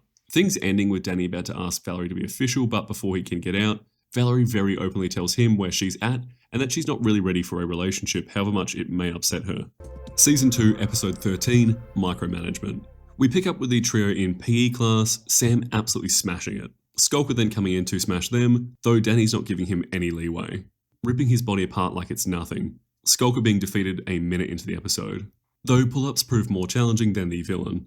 Back in the ghost zone, Skulker upgrades himself to the teeth. He looks exactly like how I would have probably drawn this character when I was a kid. Just stacking upgrades on upgrades. There's some run-of-the-mill Dash Danny interactions before Skulker comes back in with his new body, and with his dad's new shrink ray, Skulker, Danny and Dash all get hit. Danny now doing his absolute best to make his way back home along with Dash, while Skulker goes after them. And at this size, it just so happens that ghost powers are fading. But Skulker's suit's working just fine. Skulker clearly holding a grudge over Danny's natural abilities comment earlier, Danny choosing not to and mustering up all he can to possess a rat for a moment, then leaving Skulker there to, I guess, be eaten. Unfortunately for Danny, Skulker in typical fashion tames the rat and goes right after Danny with it. The longer they're shrunk, the more Danny's powers start to fade along with his ghost form, leaving just his top upwards, though enough that Dash hasn't worked it out yet. All the while, Skulker's body is still working, though at this size, falling chips are enough to majorly slow him down. And right before Skulker can get his hands on Danny, he's returned to full size and full power. Danny then popping him in the freezer and getting Dash back up to size. From here, Danny and Tucker are absolutely guns at physical fitness, thanks to Dash and Sam. Season 2, Episode 14, Beauty Marked. We open with a woman pitching a beauty pageant to the school, Sam not too surprisingly being against this. Meanwhile, Danny's fighting this super cool executioner looking ghost, this ending up with Danny on stage being picked to choose the winner. And some dragon ghost, not the same one as the other episodes, laughs maniacally saying Danny's the perfect pawn. Now the judge, a bunch of the girls in school are trying to impress Danny, Sam begrudgingly signing up for the pageant herself. Her trying to make a statement. Again, there's some really fun dialogue in this one. Amongst that, the executioner's back. Turns out the beauty pageant organizer is absolutely evil. Danny then getting attacked again by a different medieval kind of ghost. This time being an archer. The organizer turns out to be the sister of that dragon we saw earlier. Danny's attacked again. Sam's about to get out of the show, and to no surprise, the organizer is the dragon ghost we've seen before. Then the pageant kicks off with Sam winning. Having a crown forcibly popped on her head, and in a flash of green, the other dragon comes in announcing himself to the crowd. Sam now being trapped in the ghost zone, now having to marry that dragon prince. Danny and Tucker then making their way in after her. Turns out that dragon girl isn't so happy to be part of this, her and Sam having a bit of a real talk. Then realising Sam isn't exactly the prince's type, so she decides to double down on her aesthetic, becoming a version of herself to intentionally put him off. Danny fighting his way through the guards while Sam runs amok. Feeling quite bad for the sister at this point, who's really copying it from her brother. The boys trying to rescue Sam, preventing the prince from removing her crown because Sam's already sort of sorted everything. We then see his true form, which is just fantastic. I like dragons, I like purple, I like big things. I'm easily pleased. Sam and the princess working things out on their own, addressing how miserable the princess is while Danny and the dragon go blow for blow. That is until Sam and the princess dragon stand up to the prince, Danny taking the chance to take the amulet that makes him a dragon in the first place. The trio then getting out of there, leaving this part of the ghost zone a better place. The girls going up to Danny to rip him to shreds for his choice, him clarifying he didn't choose yet. But he does choose Sam anyway before they take off. Season 2, Episode 15, King Tuck. It's student council election week at Casper High, Tucker campaigning for school president, while Dash is running against him, basing his campaign off of that guy's a loser. Interrupting that, we do have a Cyclops iguana ghost, but I don't think it's going to come back into play. Later on the school trip to the museum, they find themselves in the Egyptian area, when there's a clear depiction of Tucker as a former pharaoh, with a prophecy being revealed that if someone who were to look like him stares at the mirror of the sarcophagus, his followers will return. So Tucker does, and I really like the design of this guy, especially the bandages acting as sort of tendrils. The way he fights is also really cool. That is until Tucker pops up and the ghost immediately pledges his life to him. The trio butting heads a bit over how Tucker wants his campaign to be run, with Sam and Danny giving him a hand, but not really listening to his wants. On the other hand, his new minion is very agreeable. Or not, turns out that he's planning on making Tucker, along with everyone else, his minions. Him handing Tucker the scepter from the museum, it changing him, along with giving him the power to change their environment, outfits, and summon a whole bunch of ghouls. This minion ghost biding his time to finish the construction of the Sphinx and grab the scepter for himself. Danny eventually snatching off of Tucker, right as the Sphinx gets finished up, and as it is, the assistant ghost gets hold of the scepter, bringing the Sphinx to life. And from here, the episode is all out chaos. Oh, and there's some excellent animation of that guy reforming himself from a skeleton. It just looks fantastic. The Sphinx issue gets resolved by Tucker being a boy boss commanding it.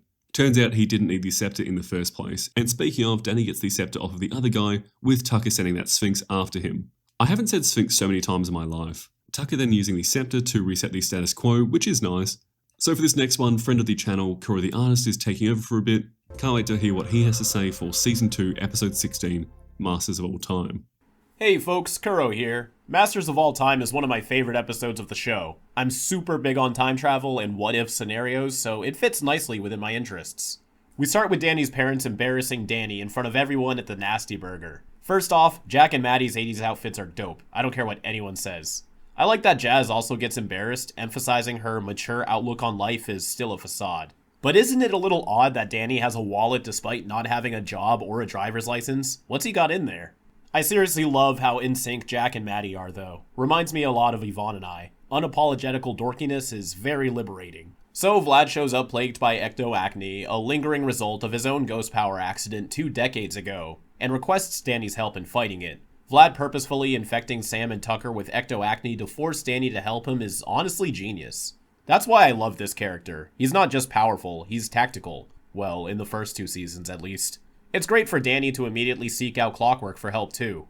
A character as unique as him seems like he'd be a movie-only appearance and never be brought up again in the show. So seeing that now he's been established, he's a true factor in the rest of the series is gratifying as a viewer. Danny Phantom is pretty good at that, as it's very rare they'll introduce a character who never shows up again in at least some form. Anyways, I also like Clockwork in this episode too, as despite his seemingly self-imposed responsibility to monitor the timeline, he still allows Danny to try his flawed plan and go back in time and prevent the ghost portal from exploding. He had a few irresponsible decisions as well back in The Ultimate Enemy, so it's a nice change up from that all-seeing, all-powerful time god character that every show seems to have, that he can be flawed too, and do things just for the hell of it. Don't let his demeanor fool you. Clockwork likes to play around a bit too.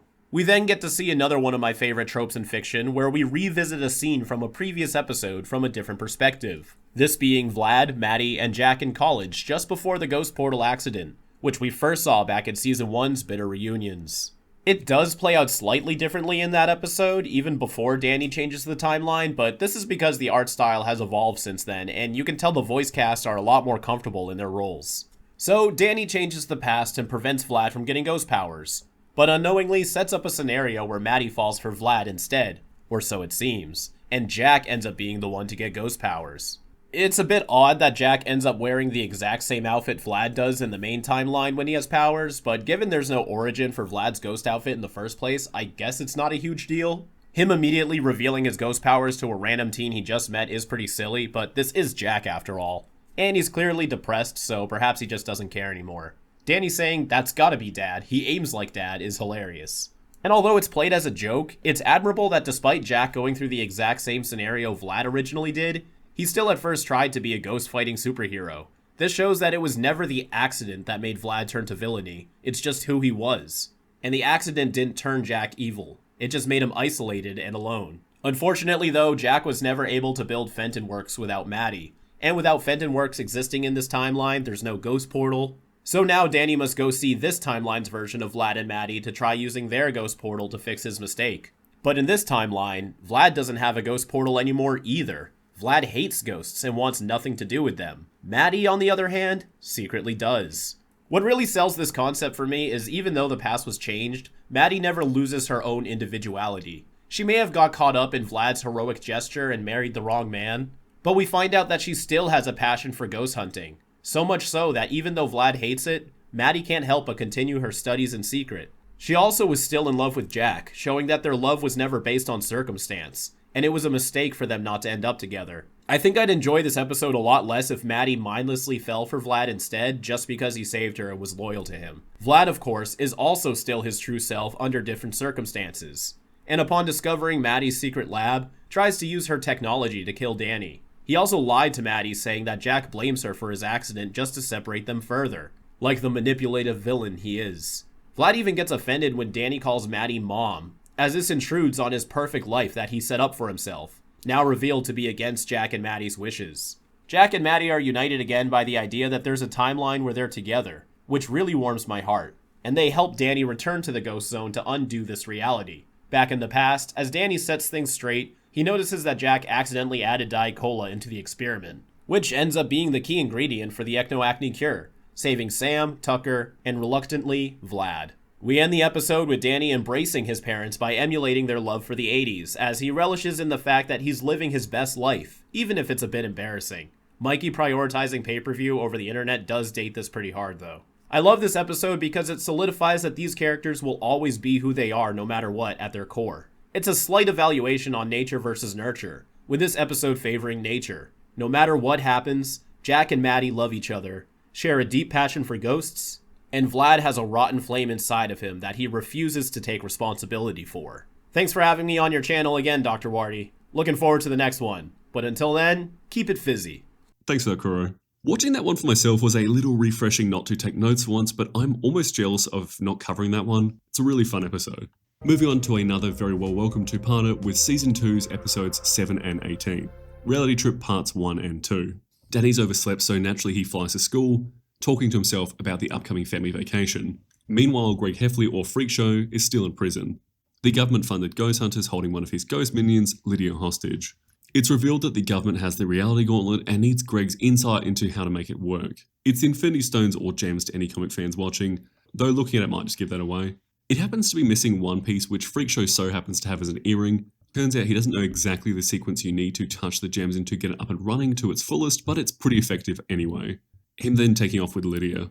Also, from memory, didn't she, along with the other circus performer ghosts, actually hate him for controlling them? No matter, the trio is heading on summer break, happening after the big concert tonight. Now, at the concert, there's some ghostly goings-on. Freakshow targeting Sam and Tucker specifically before getting into things with Danny using the reality gauntlet, which is now double in power since he's activated 2 gems instead of just 1.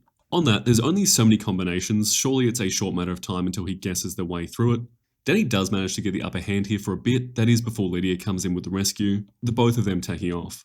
Later at the concert, Greg Heffley makes his way back in, coming in using the reality gauntlet again, bringing an egg to life and messing with the audience. A quick baseless prediction, I'm expecting this gauntlet goes the way of the cupcake from the Fairly Odd Parents movie, with a bunch of people ending up with the gauntlet changing things by the end. Maybe not. In wrestling the gauntlet off of him, the trio accidentally activates the gems in the correct order, giving the user of the gauntlet complete control over all of reality. But since they're all holding onto it, they've all got an equal share of it to him, them each thinking of a place to hide each respective gem they're holding, draining it of all of its power, Lydia getting her and, I've forgotten his actual name, Freakshow, out of there. And everyone at the concert sees Danny going human, including a news camera. Seems to be a bit of a trend for two-parters. I'm curious to see if this ends up also getting resolved like the last two-parter. Those ghost hunters from earlier already being on the scene, the trio crowd surfing their way out of there. And in such a lovely moment, the Jocks and Paulina help Danny get out of there, now seeing how much he's done for them. Also, there's a bunch of callbacks this episode. Back home, they're confronted by the government ghost hunters, but before things go down, Lydia pops invisible bats underneath each of their outfits. Curious to see how this pays off.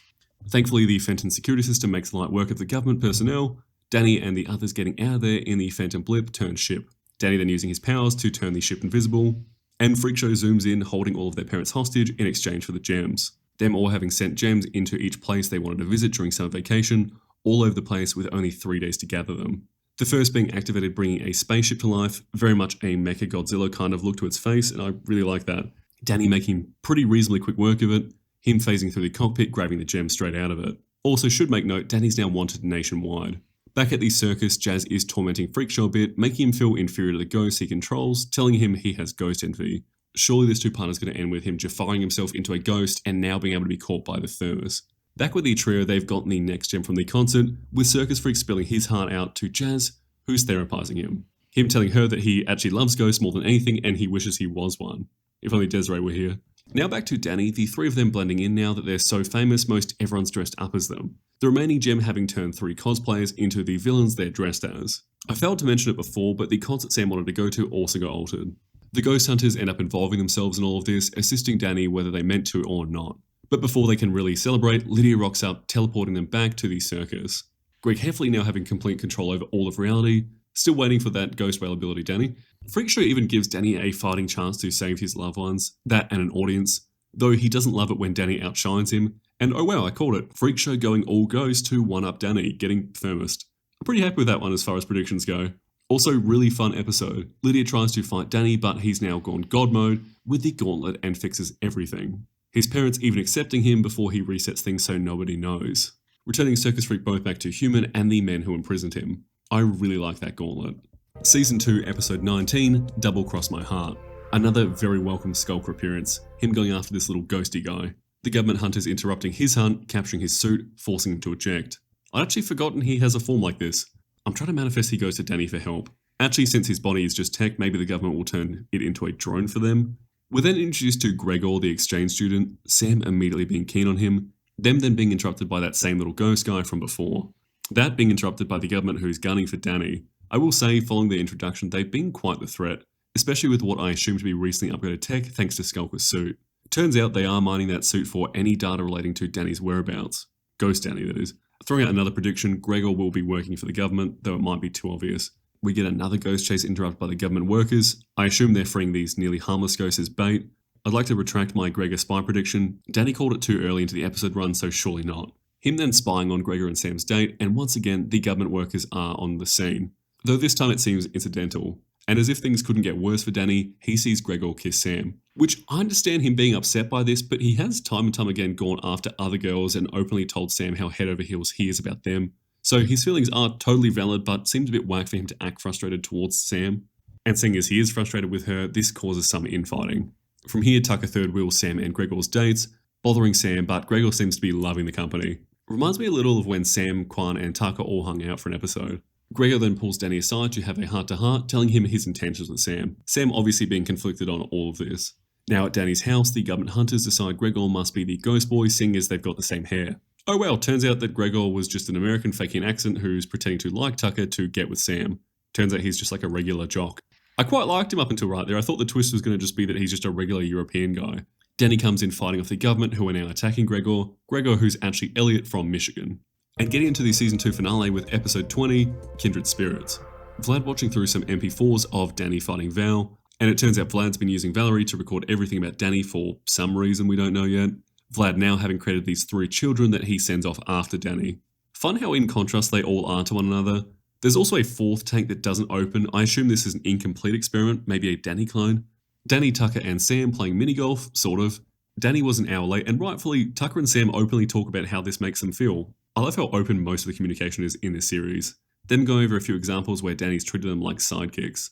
And one of Vlad's kids comes in fighting with Danny for a bit.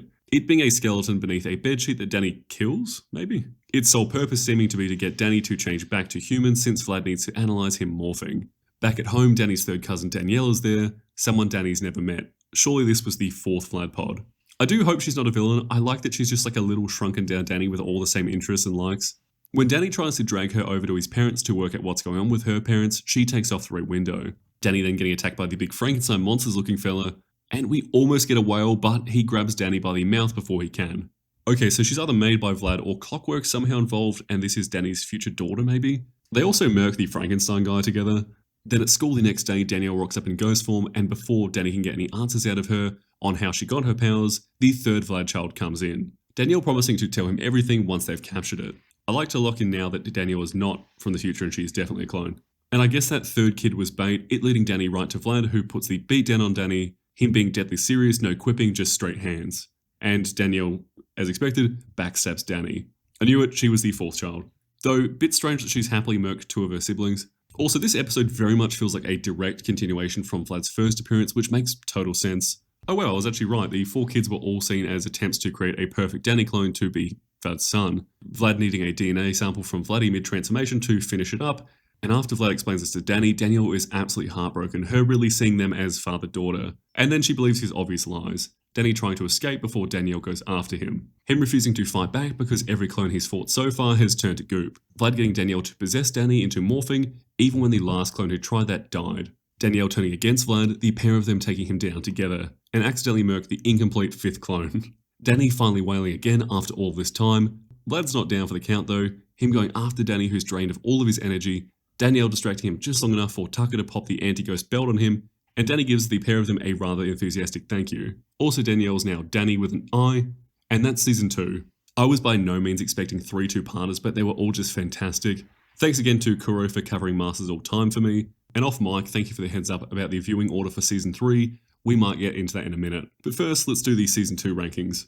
We've got Flirting with Disaster, The Fenton Menace, Micromanagement, Beauty Standards, Pirate Radio, King Tuck, Doctor's Disorders, Secret Weapons, Identity Crisis, The Fright Before Christmas, almost entirely for the back end of that one, Memory Blank, Kindred Spirits, Masters of All Time, Reality Trip Part 1 and 2, Rainstorm Part 2, Rainstorm Part 1, don't ask me why the episodes are grouped and not grouped, they just are, and in our number 1 spot for Season 2, we have The Ultimate Enemy Parts 1 and 2. As I mentioned earlier, we'll be watching Season 3 in the watching order listed on the Danny Phantom wiki, not on the airing order to avoid any major spoilers. Crazy it aired in that way, but oh well. Also, friend of the channel DanBoyWonder will be joining us soon. So let's get started with Season 3, Episode 1, Eye for an Eye. Vlad's new mansion's been finished, which he's pretty excited about. The government continuing on their presence in the story, ripping the place apart, looking for ecto material. One of the agents letting it slip that Danny's the one who gave them the tip to go look there. The agents then break into the Fenton household, Jack being a massive fan of their work. Though Sam quotes whatever the relevant legal act is and gets them out of there. Now staying in a hotel, Vlad gets exposed to the world with Danny making the exterior walls invisible. Vlad more or less returning the favour when Danny's having a shower at school.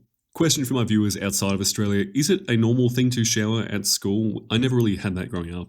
From here to get back at Danny, Vlad gets Nasty Burger demolished, and if it weren't clear, the pair of them, like the title suggests, are just trying to ruin each other's lives. And we find out that Vlad's running for mayor. And I love how supportive Jack is of Vlad, seeing the pair of them as best buds. Danny's starting to cut straight to the point and fights Vlad head on. Vlad's seeming weaker than usual, and it turns out he's not weaker, he's just spread thinner, with his duplicates taking over everyone in town to vote for him. Which is a really fun idea, I didn't realise he could multiply to that degree. So Vlad's mayor now and everyone's thrilled. Everyone but Danny. Vlad thanking Danny in particular for inspiring him to be mayor, saying he'll protect Danny along with all the other kids from ghosts, taking away all their tech, forcing a strict uniform and curfew. So more or less my experience with school, minus the curfew. Now with Danny out of the picture, the government are working with Vlad, taking down these, I guess, fake or at least staged ghost attacks for publicity. Also, all teens are banned from Vlad's burger restaurant. From here, Danny makes a quite sincere apology to Vlad who's appreciative but still wants to get back at him. Sam then rallying all the students to protest Vlad. Danny then goes to expose Vlad as a ghost, but before he can, one of his duplicates comes in and acts as an alibi, as well as surrendering himself to Vlad to make him look fantastic. That is, until Danny possesses Ghost Vlad, causing human Vlad to look like he shot human Danny. Though he does get people back on side pretty quickly by rebuilding Nasty Burger. So things are more or less back to normal, but Vlad's also the mayor now. Quite a good start to the season. Getting into Season 3, Episode 2, Infinite Realms. Once again, Danny and the others are exploring the Ghost Zone. They end up in the ice plane, confronted by this super cool looking ghost Wendigo Yeti looking guy with an ice arm and horns. Absolutely stellar design. Though I am a sucker for characters with a sort of asymmetrical design. Turns out he's not evil, just had an icicle stuck in his arm that Danny removes. Him recognising Danny as the savior of the Ghost Zone, introducing himself as Frostbite. Turns out he's a leader of a village of similar guys that worship Danny for defeating the Ghost King. Him then showing them a map with all the ins and outs of the Ghost Zone, both through space and time. The map being intuitive, somewhat at least, takes you wherever you want to go. Frostbite offering to use it to get them home, Danny saying he wants to return home and zips out of there without Frostbite, accidentally taking the map. And we cut to Vlad, who they very much wouldn't want to get a hold of the map. Also, is that cat new? I don't remember him having a cat. Him spying on Danny and finding out about the map. I'm trying to manifest a Frostbite versus Vlad showdown later on. Danny and the others using the map again, zipping about the Ghost Zone with it. And for whatever reason, Danny decides to go off the path Frostbite warned them against going off of. We'll see what effects that ends up happening on history. Turns out Vlad followed them through, now convincing others to try burn Sam as part of the Salem witch trials. Wait, am I nuts or am I not getting something? Mr. Fenton's here too. So that is Vlad who followed them in, but that Mr. Fenton's an ancestor, I guess. Anyway, they're out of there, continuing their trip across space and time, ending up in a coliseum that has Ghost Vlad there too. Danny and Vlad having another face-off. Again, this show has much better action than I ever expected. Now they're in ancient China, now sword fighting one another. Hardly seems fair though, Danny's got a regular sword while Vlad's got this sort of ghost one. Though this is the second place that's now sworn to hating Vlad forever. Vlad now going after the Wright brothers, trying to prevent the invention of flying. Though once again, Danny gets in his way. And Danny finally gets back to Frostbite's realm. Frostbite and his buddies taking Vlad out, how exactly I have no idea. Their eyes glow a bit and we don't actually see it. I really like Frostbite. Speaking of, we haven't seen Wolf or Desiree in a bit. I'm also pretty keen to see more of future Danny too. Season 3, Episode 3, Girls' Night. Johnny 13's back, not a massively strong start for me. I do like his shadow though, but mostly because of how single-mindedly it goes after Danny. Never mind, I like Johnny again. He asks Danny what he does when him and Sam have a quarrel, comparing him and Kitty to Danny and Sam. I guess he hasn't really been a major part of the show since their Will They Won't They was more prominent in the series. Skulker's back too, for whatever reason crushing a phone with a photo of Ember on it. Turns out Kitty, Spectre and Ember had a fight with Johnny and Skulker, so we've got the titular girls' night out. No lunch lady, dragon princess or Desiree though. The three women planning a trip to the real world, while Danny and Mr. Fenton are off fishing, no girls allowed I guess, Jazz and Mrs. Fenton staying behind. Skulker going after the two boys to prove to Ember that he isn't a lousy hunter. Johnny being a bit of a weird creep with random women, so Kitty blasts him. Just so happens Sam, Jazz and Tucker are at the same park. All the other men in the area start fighting a bit before the women combine their powers, making all the men disappear. Kitty looks like she can do that on an individual scale, but Ember's powers are amplifying it massively. So no more men, and now all the women apart from Jazz and Sam, because of their belts, are under mind control. Now, however far away, Danny and Skulker are having a bit of a fight, with Skull confirming that him and Ember are in a relationship. Thankfully, Mrs. Fenton was also protected from mind control in the lab, so she's also able to help out Jazz and Sam. Maddie, or Mrs. Fenton, ending up on Spectre's cooking show. Sam goes up against Kitty, while Jazz ends up a background dancer for Ember. The three of them making a plan to make this episode's new Fenton tech that will reverse mode the frequency of Ember's music and Kitty's kiss to make the men reappear. Skulker attacking Danny and Mr. Fenton again. Jack, Mr. Fenton, more than holding his own. Always love how capable he is whenever his heart's actually in it. Sam then poses as Danny to invert the trio of women to use their powers again to invert with that tech, bringing all the men back. Then Sam, Jazz and Mrs. Fenton make pretty light work of all the Girls' Night Out girls. Season 3, Episode 4, Torrent of Terror. The Ghost Tribunal in charge of Clockwork are back and they're assessing this presumably very powerful prisoner who's no good. Them about to sentence this ghost named Vortex, who to no surprise has weather-based abilities. Him being freed by Vlad, who had disguised himself as a guard. Vlad assumably wanting something of a partnership here, Vortex seeing Vlad as beneath him, using the device that was used in containing his powers earlier to control him. Not like mind controlling him, but you get me.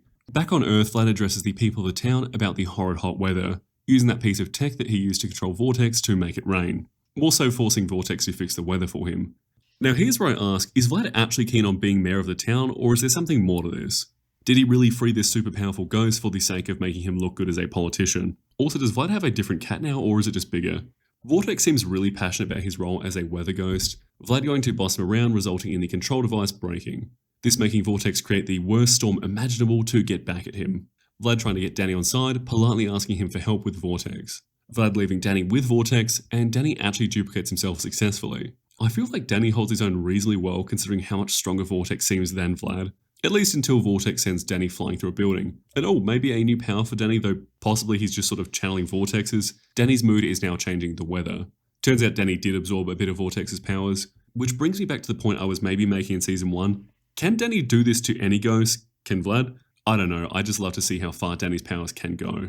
I say that, Danny can't control his weather powers just yet, so he has to stay put while Sam and Tucker capture Vortex. This eventually leading Vortex back to Danny and Vlad, Vlad actually throwing Danny at Vortex. Oh, there's also a VR helmet Tucker invented. I didn't mention it because I didn't expect it to be relevant to the plot. Them using it to mess with Danny's emotions enough to cause his newfound powers to go against Vortex. What a fun way to combat a powerful ability like that. Oh, and they thermos Vortex. Season 3, Episode 5, Forever Phantom. Paulina has a red-eyed doppelganger that messes with other cheerleaders. Then Tucker's dad, I'm assuming we've got a shapeshifter, it in the show's classic style, always going off screen the moment the real one appears.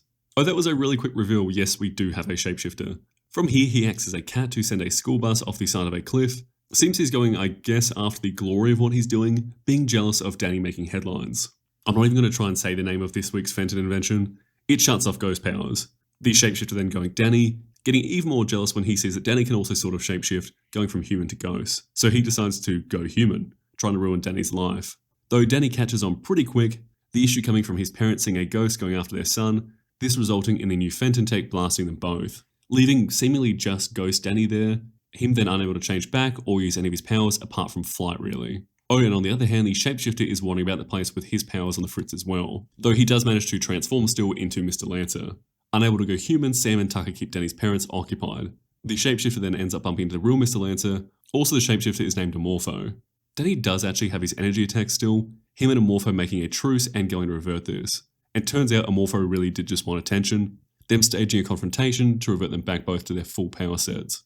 Season 3, Episode 6, Urban Jungle. A rare opening on just Sam in her greenhouse, Danny and Tucker coming in, with Danny shivering away. Assuming he's sick or he's getting some kind of ice-related ghost power, maybe both. Seems both, he accidentally freezes one of Sam's plants. Meanwhile, the city's chopping down some trees to make way for more construction, and on cue, the plant ghost comes out of the earth, terrorizing the construction workers. His name's Undergrowth, and he's absolutely massive. I will say I knew of this character, but only through this older Nickelodeon Flash fighting game where I quite like playing as him. I hardly remember it though. If anyone's watching this and knows what I'm talking about, the name of it or where to find it, please tell me. I can't look into it right now, I'm too busy watching Danny Phantom.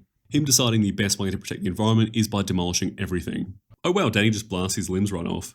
Then going for the head once he realizes he can regenerate. Also, is that Mark Hamill voice acting him? Oh, it is. Cool. He restrains the main cast and possesses the rest of the town to destroy infrastructure and plant more greenery. This is making me very thankful to live in a place with so many trees. Undergrowth making Sam his patron, which feels pretty fitting. But before Sam can take Danny out, his cold powers start kicking in, freezing every vine that tries restraining him. Danny ends up fleeing into the ghost zone to get away from the never-ending vines. Him making his way to Frostbite, great to see him again so soon. Frostbite explained that this cold ability is just new to him and it's something that all of his people have. Turns out the tiny bit of cold breath he gets whenever he sees a ghost was also Danny tapping into a tiny fraction of this ability. From here we get a training montage with Danny constantly freezing Frostbite and the onlookers. Danny then heading back to the real world, confronting Sam, who's got a new form. Her holding everyone in town captive, and before Danny can do anything about it, Undergrowth comes back in along with his new cacti children. And no surprise, Danny starts using his ice abilities to get the upper hand. The more he freezes Undergrowth roots, the smaller and weaker he gets, eventually, I guess, killing him. Danny then showing off his ice powers, giving Sam this little crystal he makes and giving her the eyes. Never mind, Undergrowth springs back up, only to be taken out by Tucker.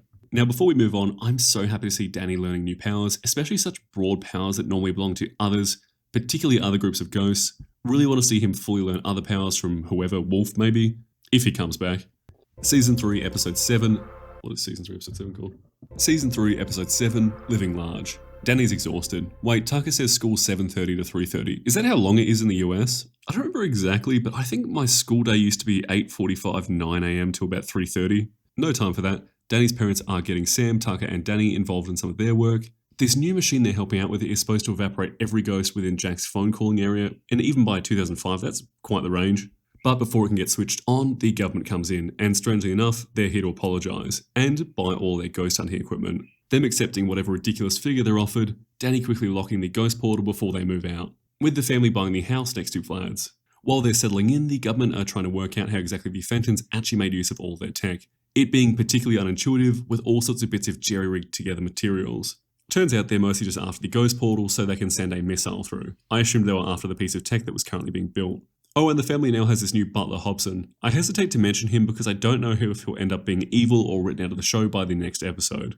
Turns out the missile is going to destroy the entire ghost zone as a concept. Sam and Tucker overhearing this, realizing that if the ghost zone gets erased, our dimension will as well. Back home, Danny's got some robot duplicates of Sam and Tucker calling Danny out for being a bit of a snobby jerk, so happily replacing them with these sort of yes-men robots.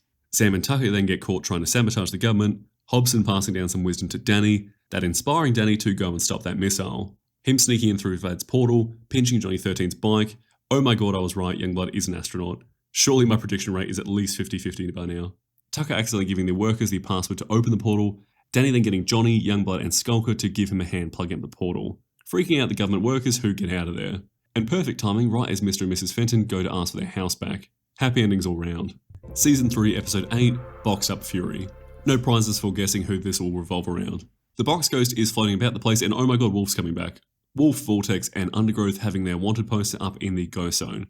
Box ghost deciding they're beneath him until he finds out his wanted poster is about $25, while the rest are all in the millions. Him deciding he'll get back at the ghost who underestimated him, considering what his future self will end up like, this tracks. Him going after Danny with this cursed lunchbox, providing sandwiches for everyone around, before coming back with a shoebox, same thing, everyone getting free shoes. Surely this will lead to Pandora's box. I say that, but I did actually think the lunchbox was going to be Pandora's box.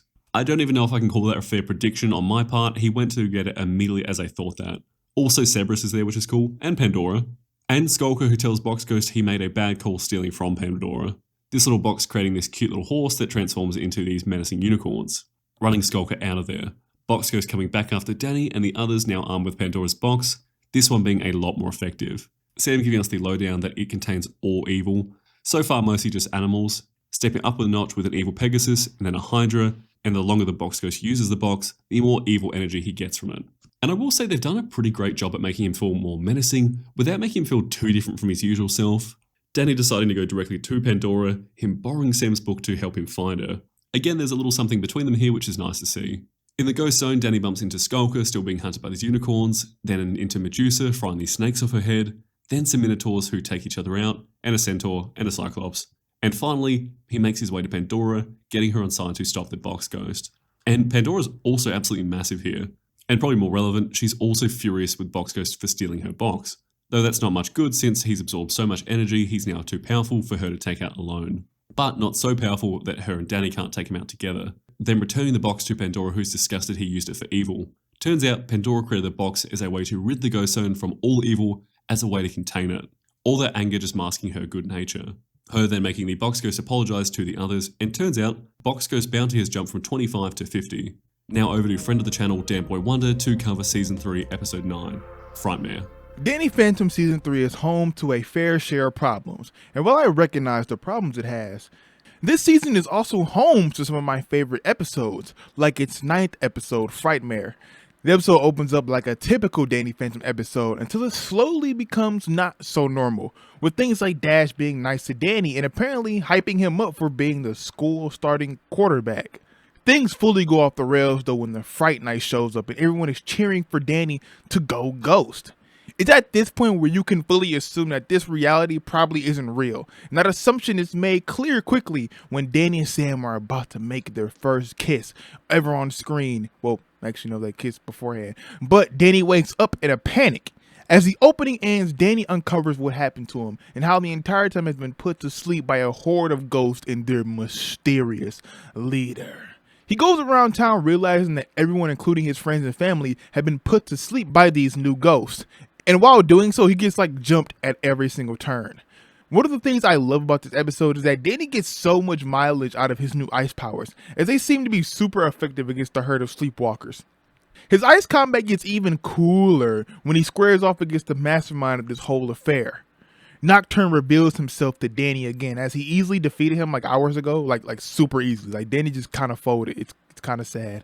Nocturne has one of my favorite looks for a ghost in this show. And yes, it may have something to do with him looking a little bit like Alien X with the star torso, but it's more so the design of the head with the goat-esque shape and horns, also his legs, if you can call them legs, that are these individual long curly pattern things. I don't know, I think it's just so cool to look at when it's all put together.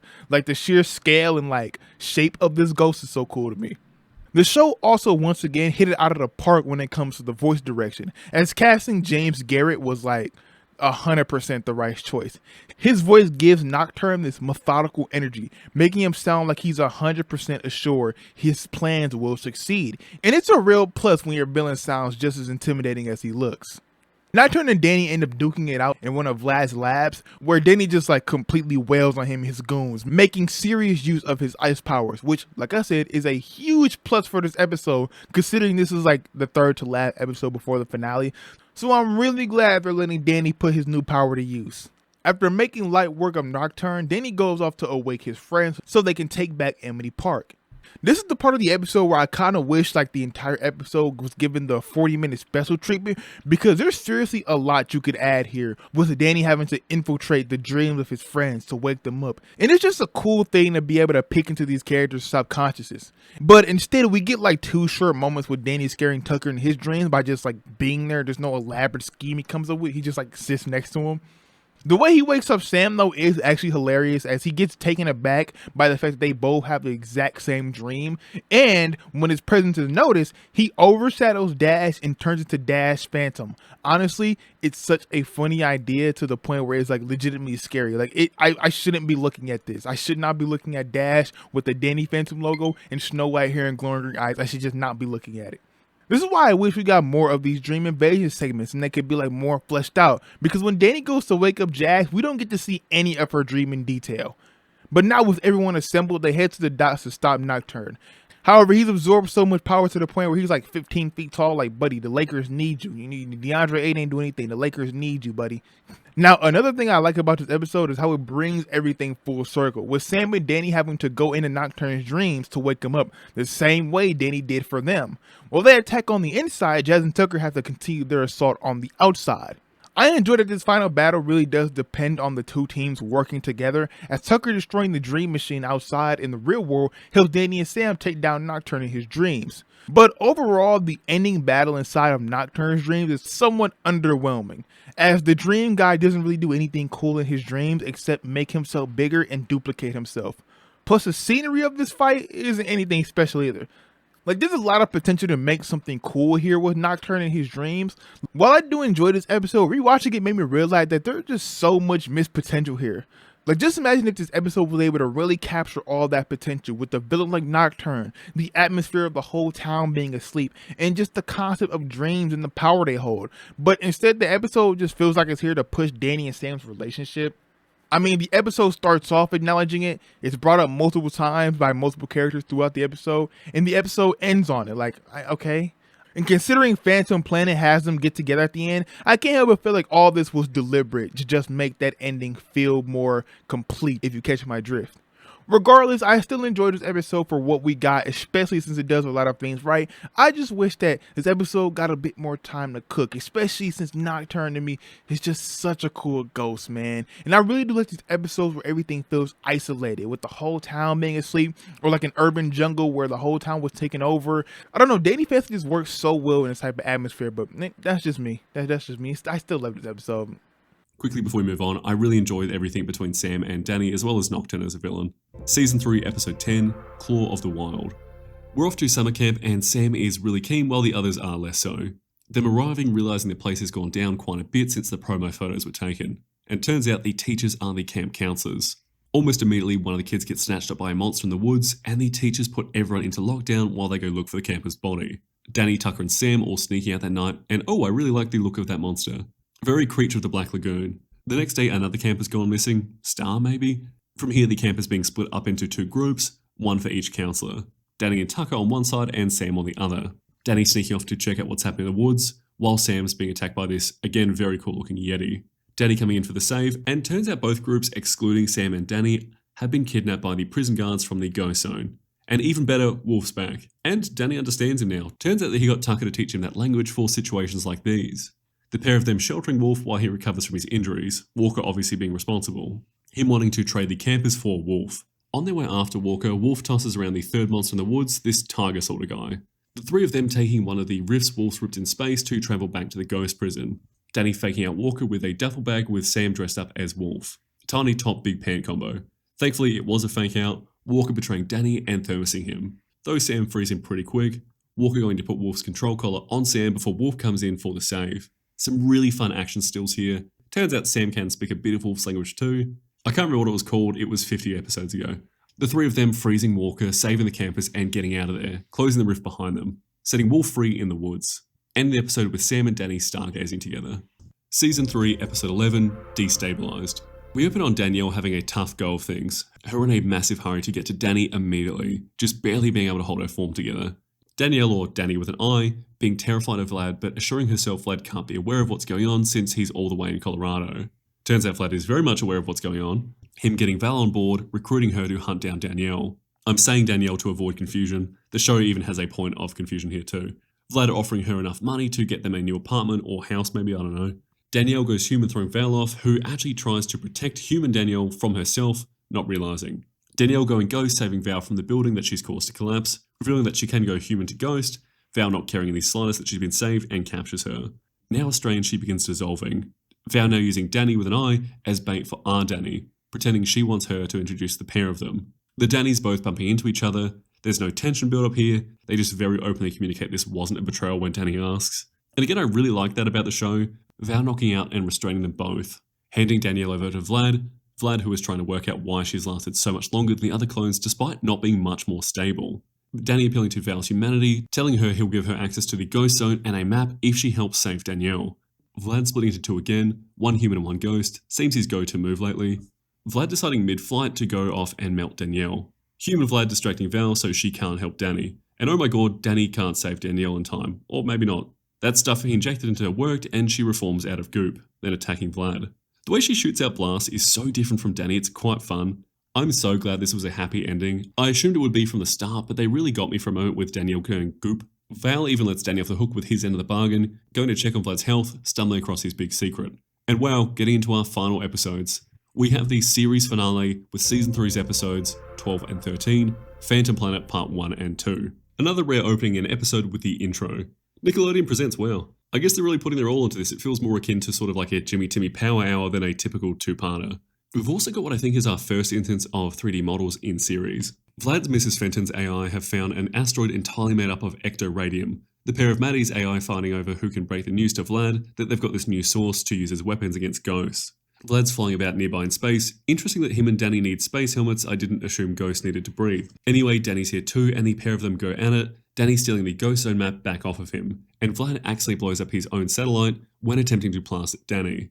The resulting explosion sending the asteroid hurling towards Earth, and speaking of down on Earth, the main trio there just appreciating being back on solid ground, putting off returning the map to Frostbite until later. Technus is here having a bit of a me day before Danny interrupts it. Kind of cool he makes a whole new body that fights Danny independently of his main body now. Before Technus can flatter Tucker and Sam, these new ghost hunters arrive on scene and take him out no sweat. The hunters being funded by Vlad and going by the Master Blasters. Or Master Blasters if you don't sound like me. Sam suggesting Danny should fight all the ghosts before these blasters can get to them. Undergrowth first seems like a massive first threat to go for, seemingly only Cold could stop him last time. Never mind, the blasters scoop him right up. Same with the Dragon Prince and Vortex. These guys are very good, especially considering Vortex is considerably stronger than Vlad is. The town then holding them a parade, Danny accidentally making a massive scene when he blasts a balloon thinking it's a ghost, nearly crushing Sam and Tucker before the blasters save them too. Them then turning up to the Fenton household, arresting Danny's parents for harboring a ghost. Danny doing some science and trying to de-ghost himself. Surviving the accident as a human again with a little streak of white hair. Right in time too, the blasters coming in and scanning everything and everyone. Danny celebrating not being able to go ghost anymore, Tucker and Sam being really disappointed in him for abandoning Danny Phantom. Jazz too, feeling like she's only just gotten to know someone who is gone for good now. Danny now getting to live a reasonably normal life again with the blasters sorting everything out. Youngblood's no longer an astronaut, by the way. I will say I'm quite impressed with just how many different ghosts pop back up here. Sam and Danny then have a heart-to-heart about their perspectives on him giving up his powers. Danny saying he's doing this to keep his friends safe, and Sam saying she doesn't want to sit on the sidelines and can't believe Danny ever would. When they fought ghosts together, they knew how things would end up, but with the blasters, there's no certainty. The portal's busted and Danny tries a few times to go ghost again. And considering his appearance with the white streak, surely there's some ghost still in there. Surely it's just a matter of time or the right catalyst. Either the asteroid getting close enough or maybe Sam being in enough danger. And speaking of, as the asteroid approaches, the world's shooting ineffective missiles at it. The Fentons and Vlad working together to destroy the asteroid with the blasters. They even managed to set off an explosion in a green asteroid, but it turns out it was the wrong one. The blasters blaming Jack, while Jack saying that that's impossible because Vlad put it in the correct coordinates.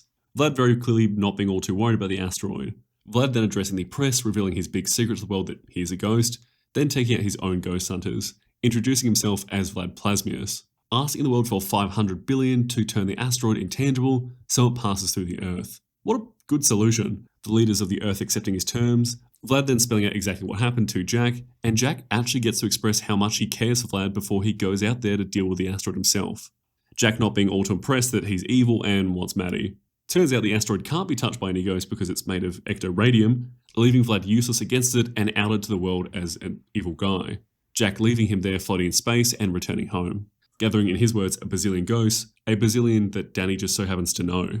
The main trio and Jazz travelling to the ghost zone, Skulker not being too impressed by them being there, and it turns out every ghost on Earth has come back to the ghost zone to avoid its destruction. And when Skulker and his other mates finally corner Danny, they blast him with everything they can and he just absorbs it, regaining access to his powers, and in a moment that admittedly gave me chills, lets out a wail that takes every ghost out. Danny and Tucker addressing the press and announcing his plans to everyone. And finally, with everyone behind him on this, before the big moment, Danny tells Sam that after this he has something he has been meaning to tell her, and they have their first proper kiss.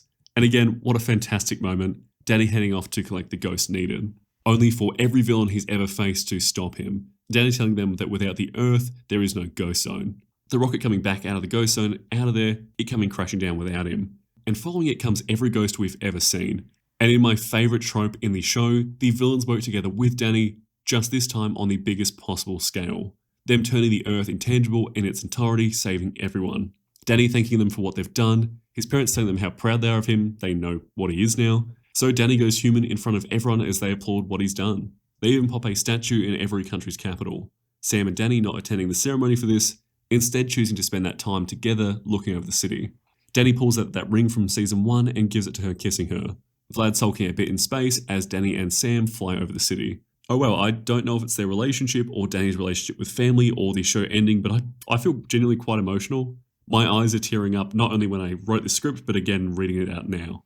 I've absolutely loved this series. So let's now get into my ranking for Season 3 before the big end of video every episode ranking. Forever Phantom, Boxed Up Fury, Living Large, Eye for an Eye, Girls Night, Destabilized, Urban Jungle, Infinite Realms, Frightmare, Claw of the Wild, Torrent of Terror, and no surprise, Phantom Planet Part 1 and 2. Now get into our final rankings going from lowest to highest. We have Lucky in Love, 13, Shades of Grey, Splitting Images, Double Cross My Heart, Mystery Meat, Flirting with Disaster, The Fenton Menace, Micromanagement, Forever Phantom, Control Freaks, Beauty Standards, Pirate Radio, King Tut, Prisoners of Love, Teacher of the Year, Doctor's Disorders, Boxed Up Fury, Living Large, Eye for an Eye, My Brother's Keeper, Fame in the Flames, Secret Weapons, Attack of the Killer Garage Sale, Girls Night, Identity Crisis, Destabilized, The Fright Before Christmas, Urban Jungle, Infinite Realms, Life Lessons, Claw of the Wild, Frightmare, Maternal Instinct, Torrent of Terror, The $1 Million Ghost, Parental Bonding, Fright Night, Memory Blank, Public Enemies, One of a Kind, Kindred Spirits, What You Want, Masters of All Time, Reality Trips Part 1 and 2, Bittersweet, Rainstorm Part 1, Rainstorm Part 2, Phantom Planet Part 1 and 2, and Ultimate Enemy Part 1 and 2. With the ranking out of the way, I just want to say thank you for watching this through. I had such a blast watching through this series and working on this video. It is a much larger project than I'm used to, and I hope you enjoyed it. Amongst the 20 odd hours of watching this series, I went out for a coffee with a friend of mine who asked me how I'm staying motivated with such a long video, and to be honest, I've really loved the series. Committing to a video this long for a series I'd never seen before felt a little daunting, but I've loved every minute of it. Thanks for watching.